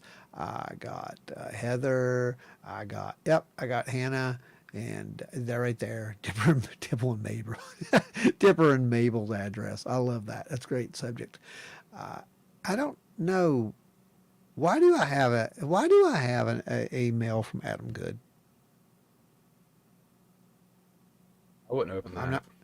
I'm not going to open that. Especially if there's an attachment, I wouldn't open that. There is. I'm not opening that. What? Are you crazy? No. No, I'm not opening that, Adam. Gosh. Yeah, I believe if y'all keep it up, she'll have 100 to 200 in live chat every show. That's my prediction. I'm sticking to it. Thank you, Mike. Thank you so much. That would be chaos, but yeah, looking forward to that. Yeah, I'm kind of looking forward to it too. But we're a slow burn, and we always have been. It's okay though. It takes people years to figure out that we're not so bad, and we have fun. So yeah, just get it out there, share it to your friends and whatnot when you see it, and let's try to do that. Let's do that. Let's try to make a let's manifest, guys. We got more than 16. There's a few more of you here. Let's do a little manifestation. Let's try to boost it up and get about 100 of them in here before year's end. That'll be fun. Let's do that. Hey, you know what helps? Liking, subscribing, and sharing. Liking, subscribing, and sharing. That's exactly right, my friend. Anytime we move up in those rankings, that little algorithm sees that, and they're like, oh, yeah, these guys are actually doing something. We should probably watch them. Speaking of which, let me go over here right before we go. I want to do the analytics and see what you guys did on chat tonight, because we always run this little sub contest that we like to play with. It's just to see how active you guys were in chat. It's fun. And it got broke last week at, gosh, it was like almost 600, I think, with analytics. Oh, wow. Yeah, Dubar, we're at 510. It looks like over 500 is our new average now, Brandon. That is phenomenal. Wow. Yeah, you guys are rocking it. That's awesome. You should be proud of yourselves. That's cool. That's a lot of chatting. Good night, Ada. Thank you for being here. Thank you all. I want to thank all of our super chatters once more. I hope to see every single one of you back here Thursday. If you got any ideas for shows, to talk about on here, that'd be wonderful. Ashley gave us a great idea for a show. I think that's going to go on the list. I like that. I like that a lot. Anything else, Brandon? Can you think of anything that we missed? Everything good?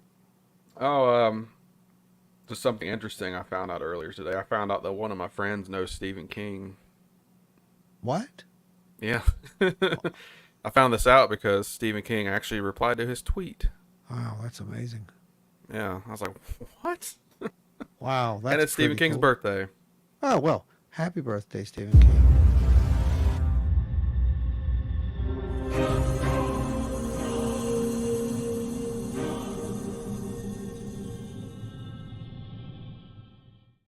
I guess that'll serve as a birthday greetings card kind of thing. I don't know. Works. All right, friends, family, all the above. Until next time, I'm Ron. That's Brandon. Well, actually, that's Flatwoods Monster right there. Sorry. He's over there somewhere. I don't know. This is all backwards. So, and Joe is off in the ether. And we'll see you again next week. Mothman's I have that no... way. What is it?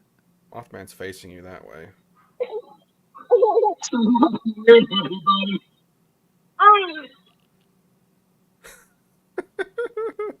It's just strange around here sometimes.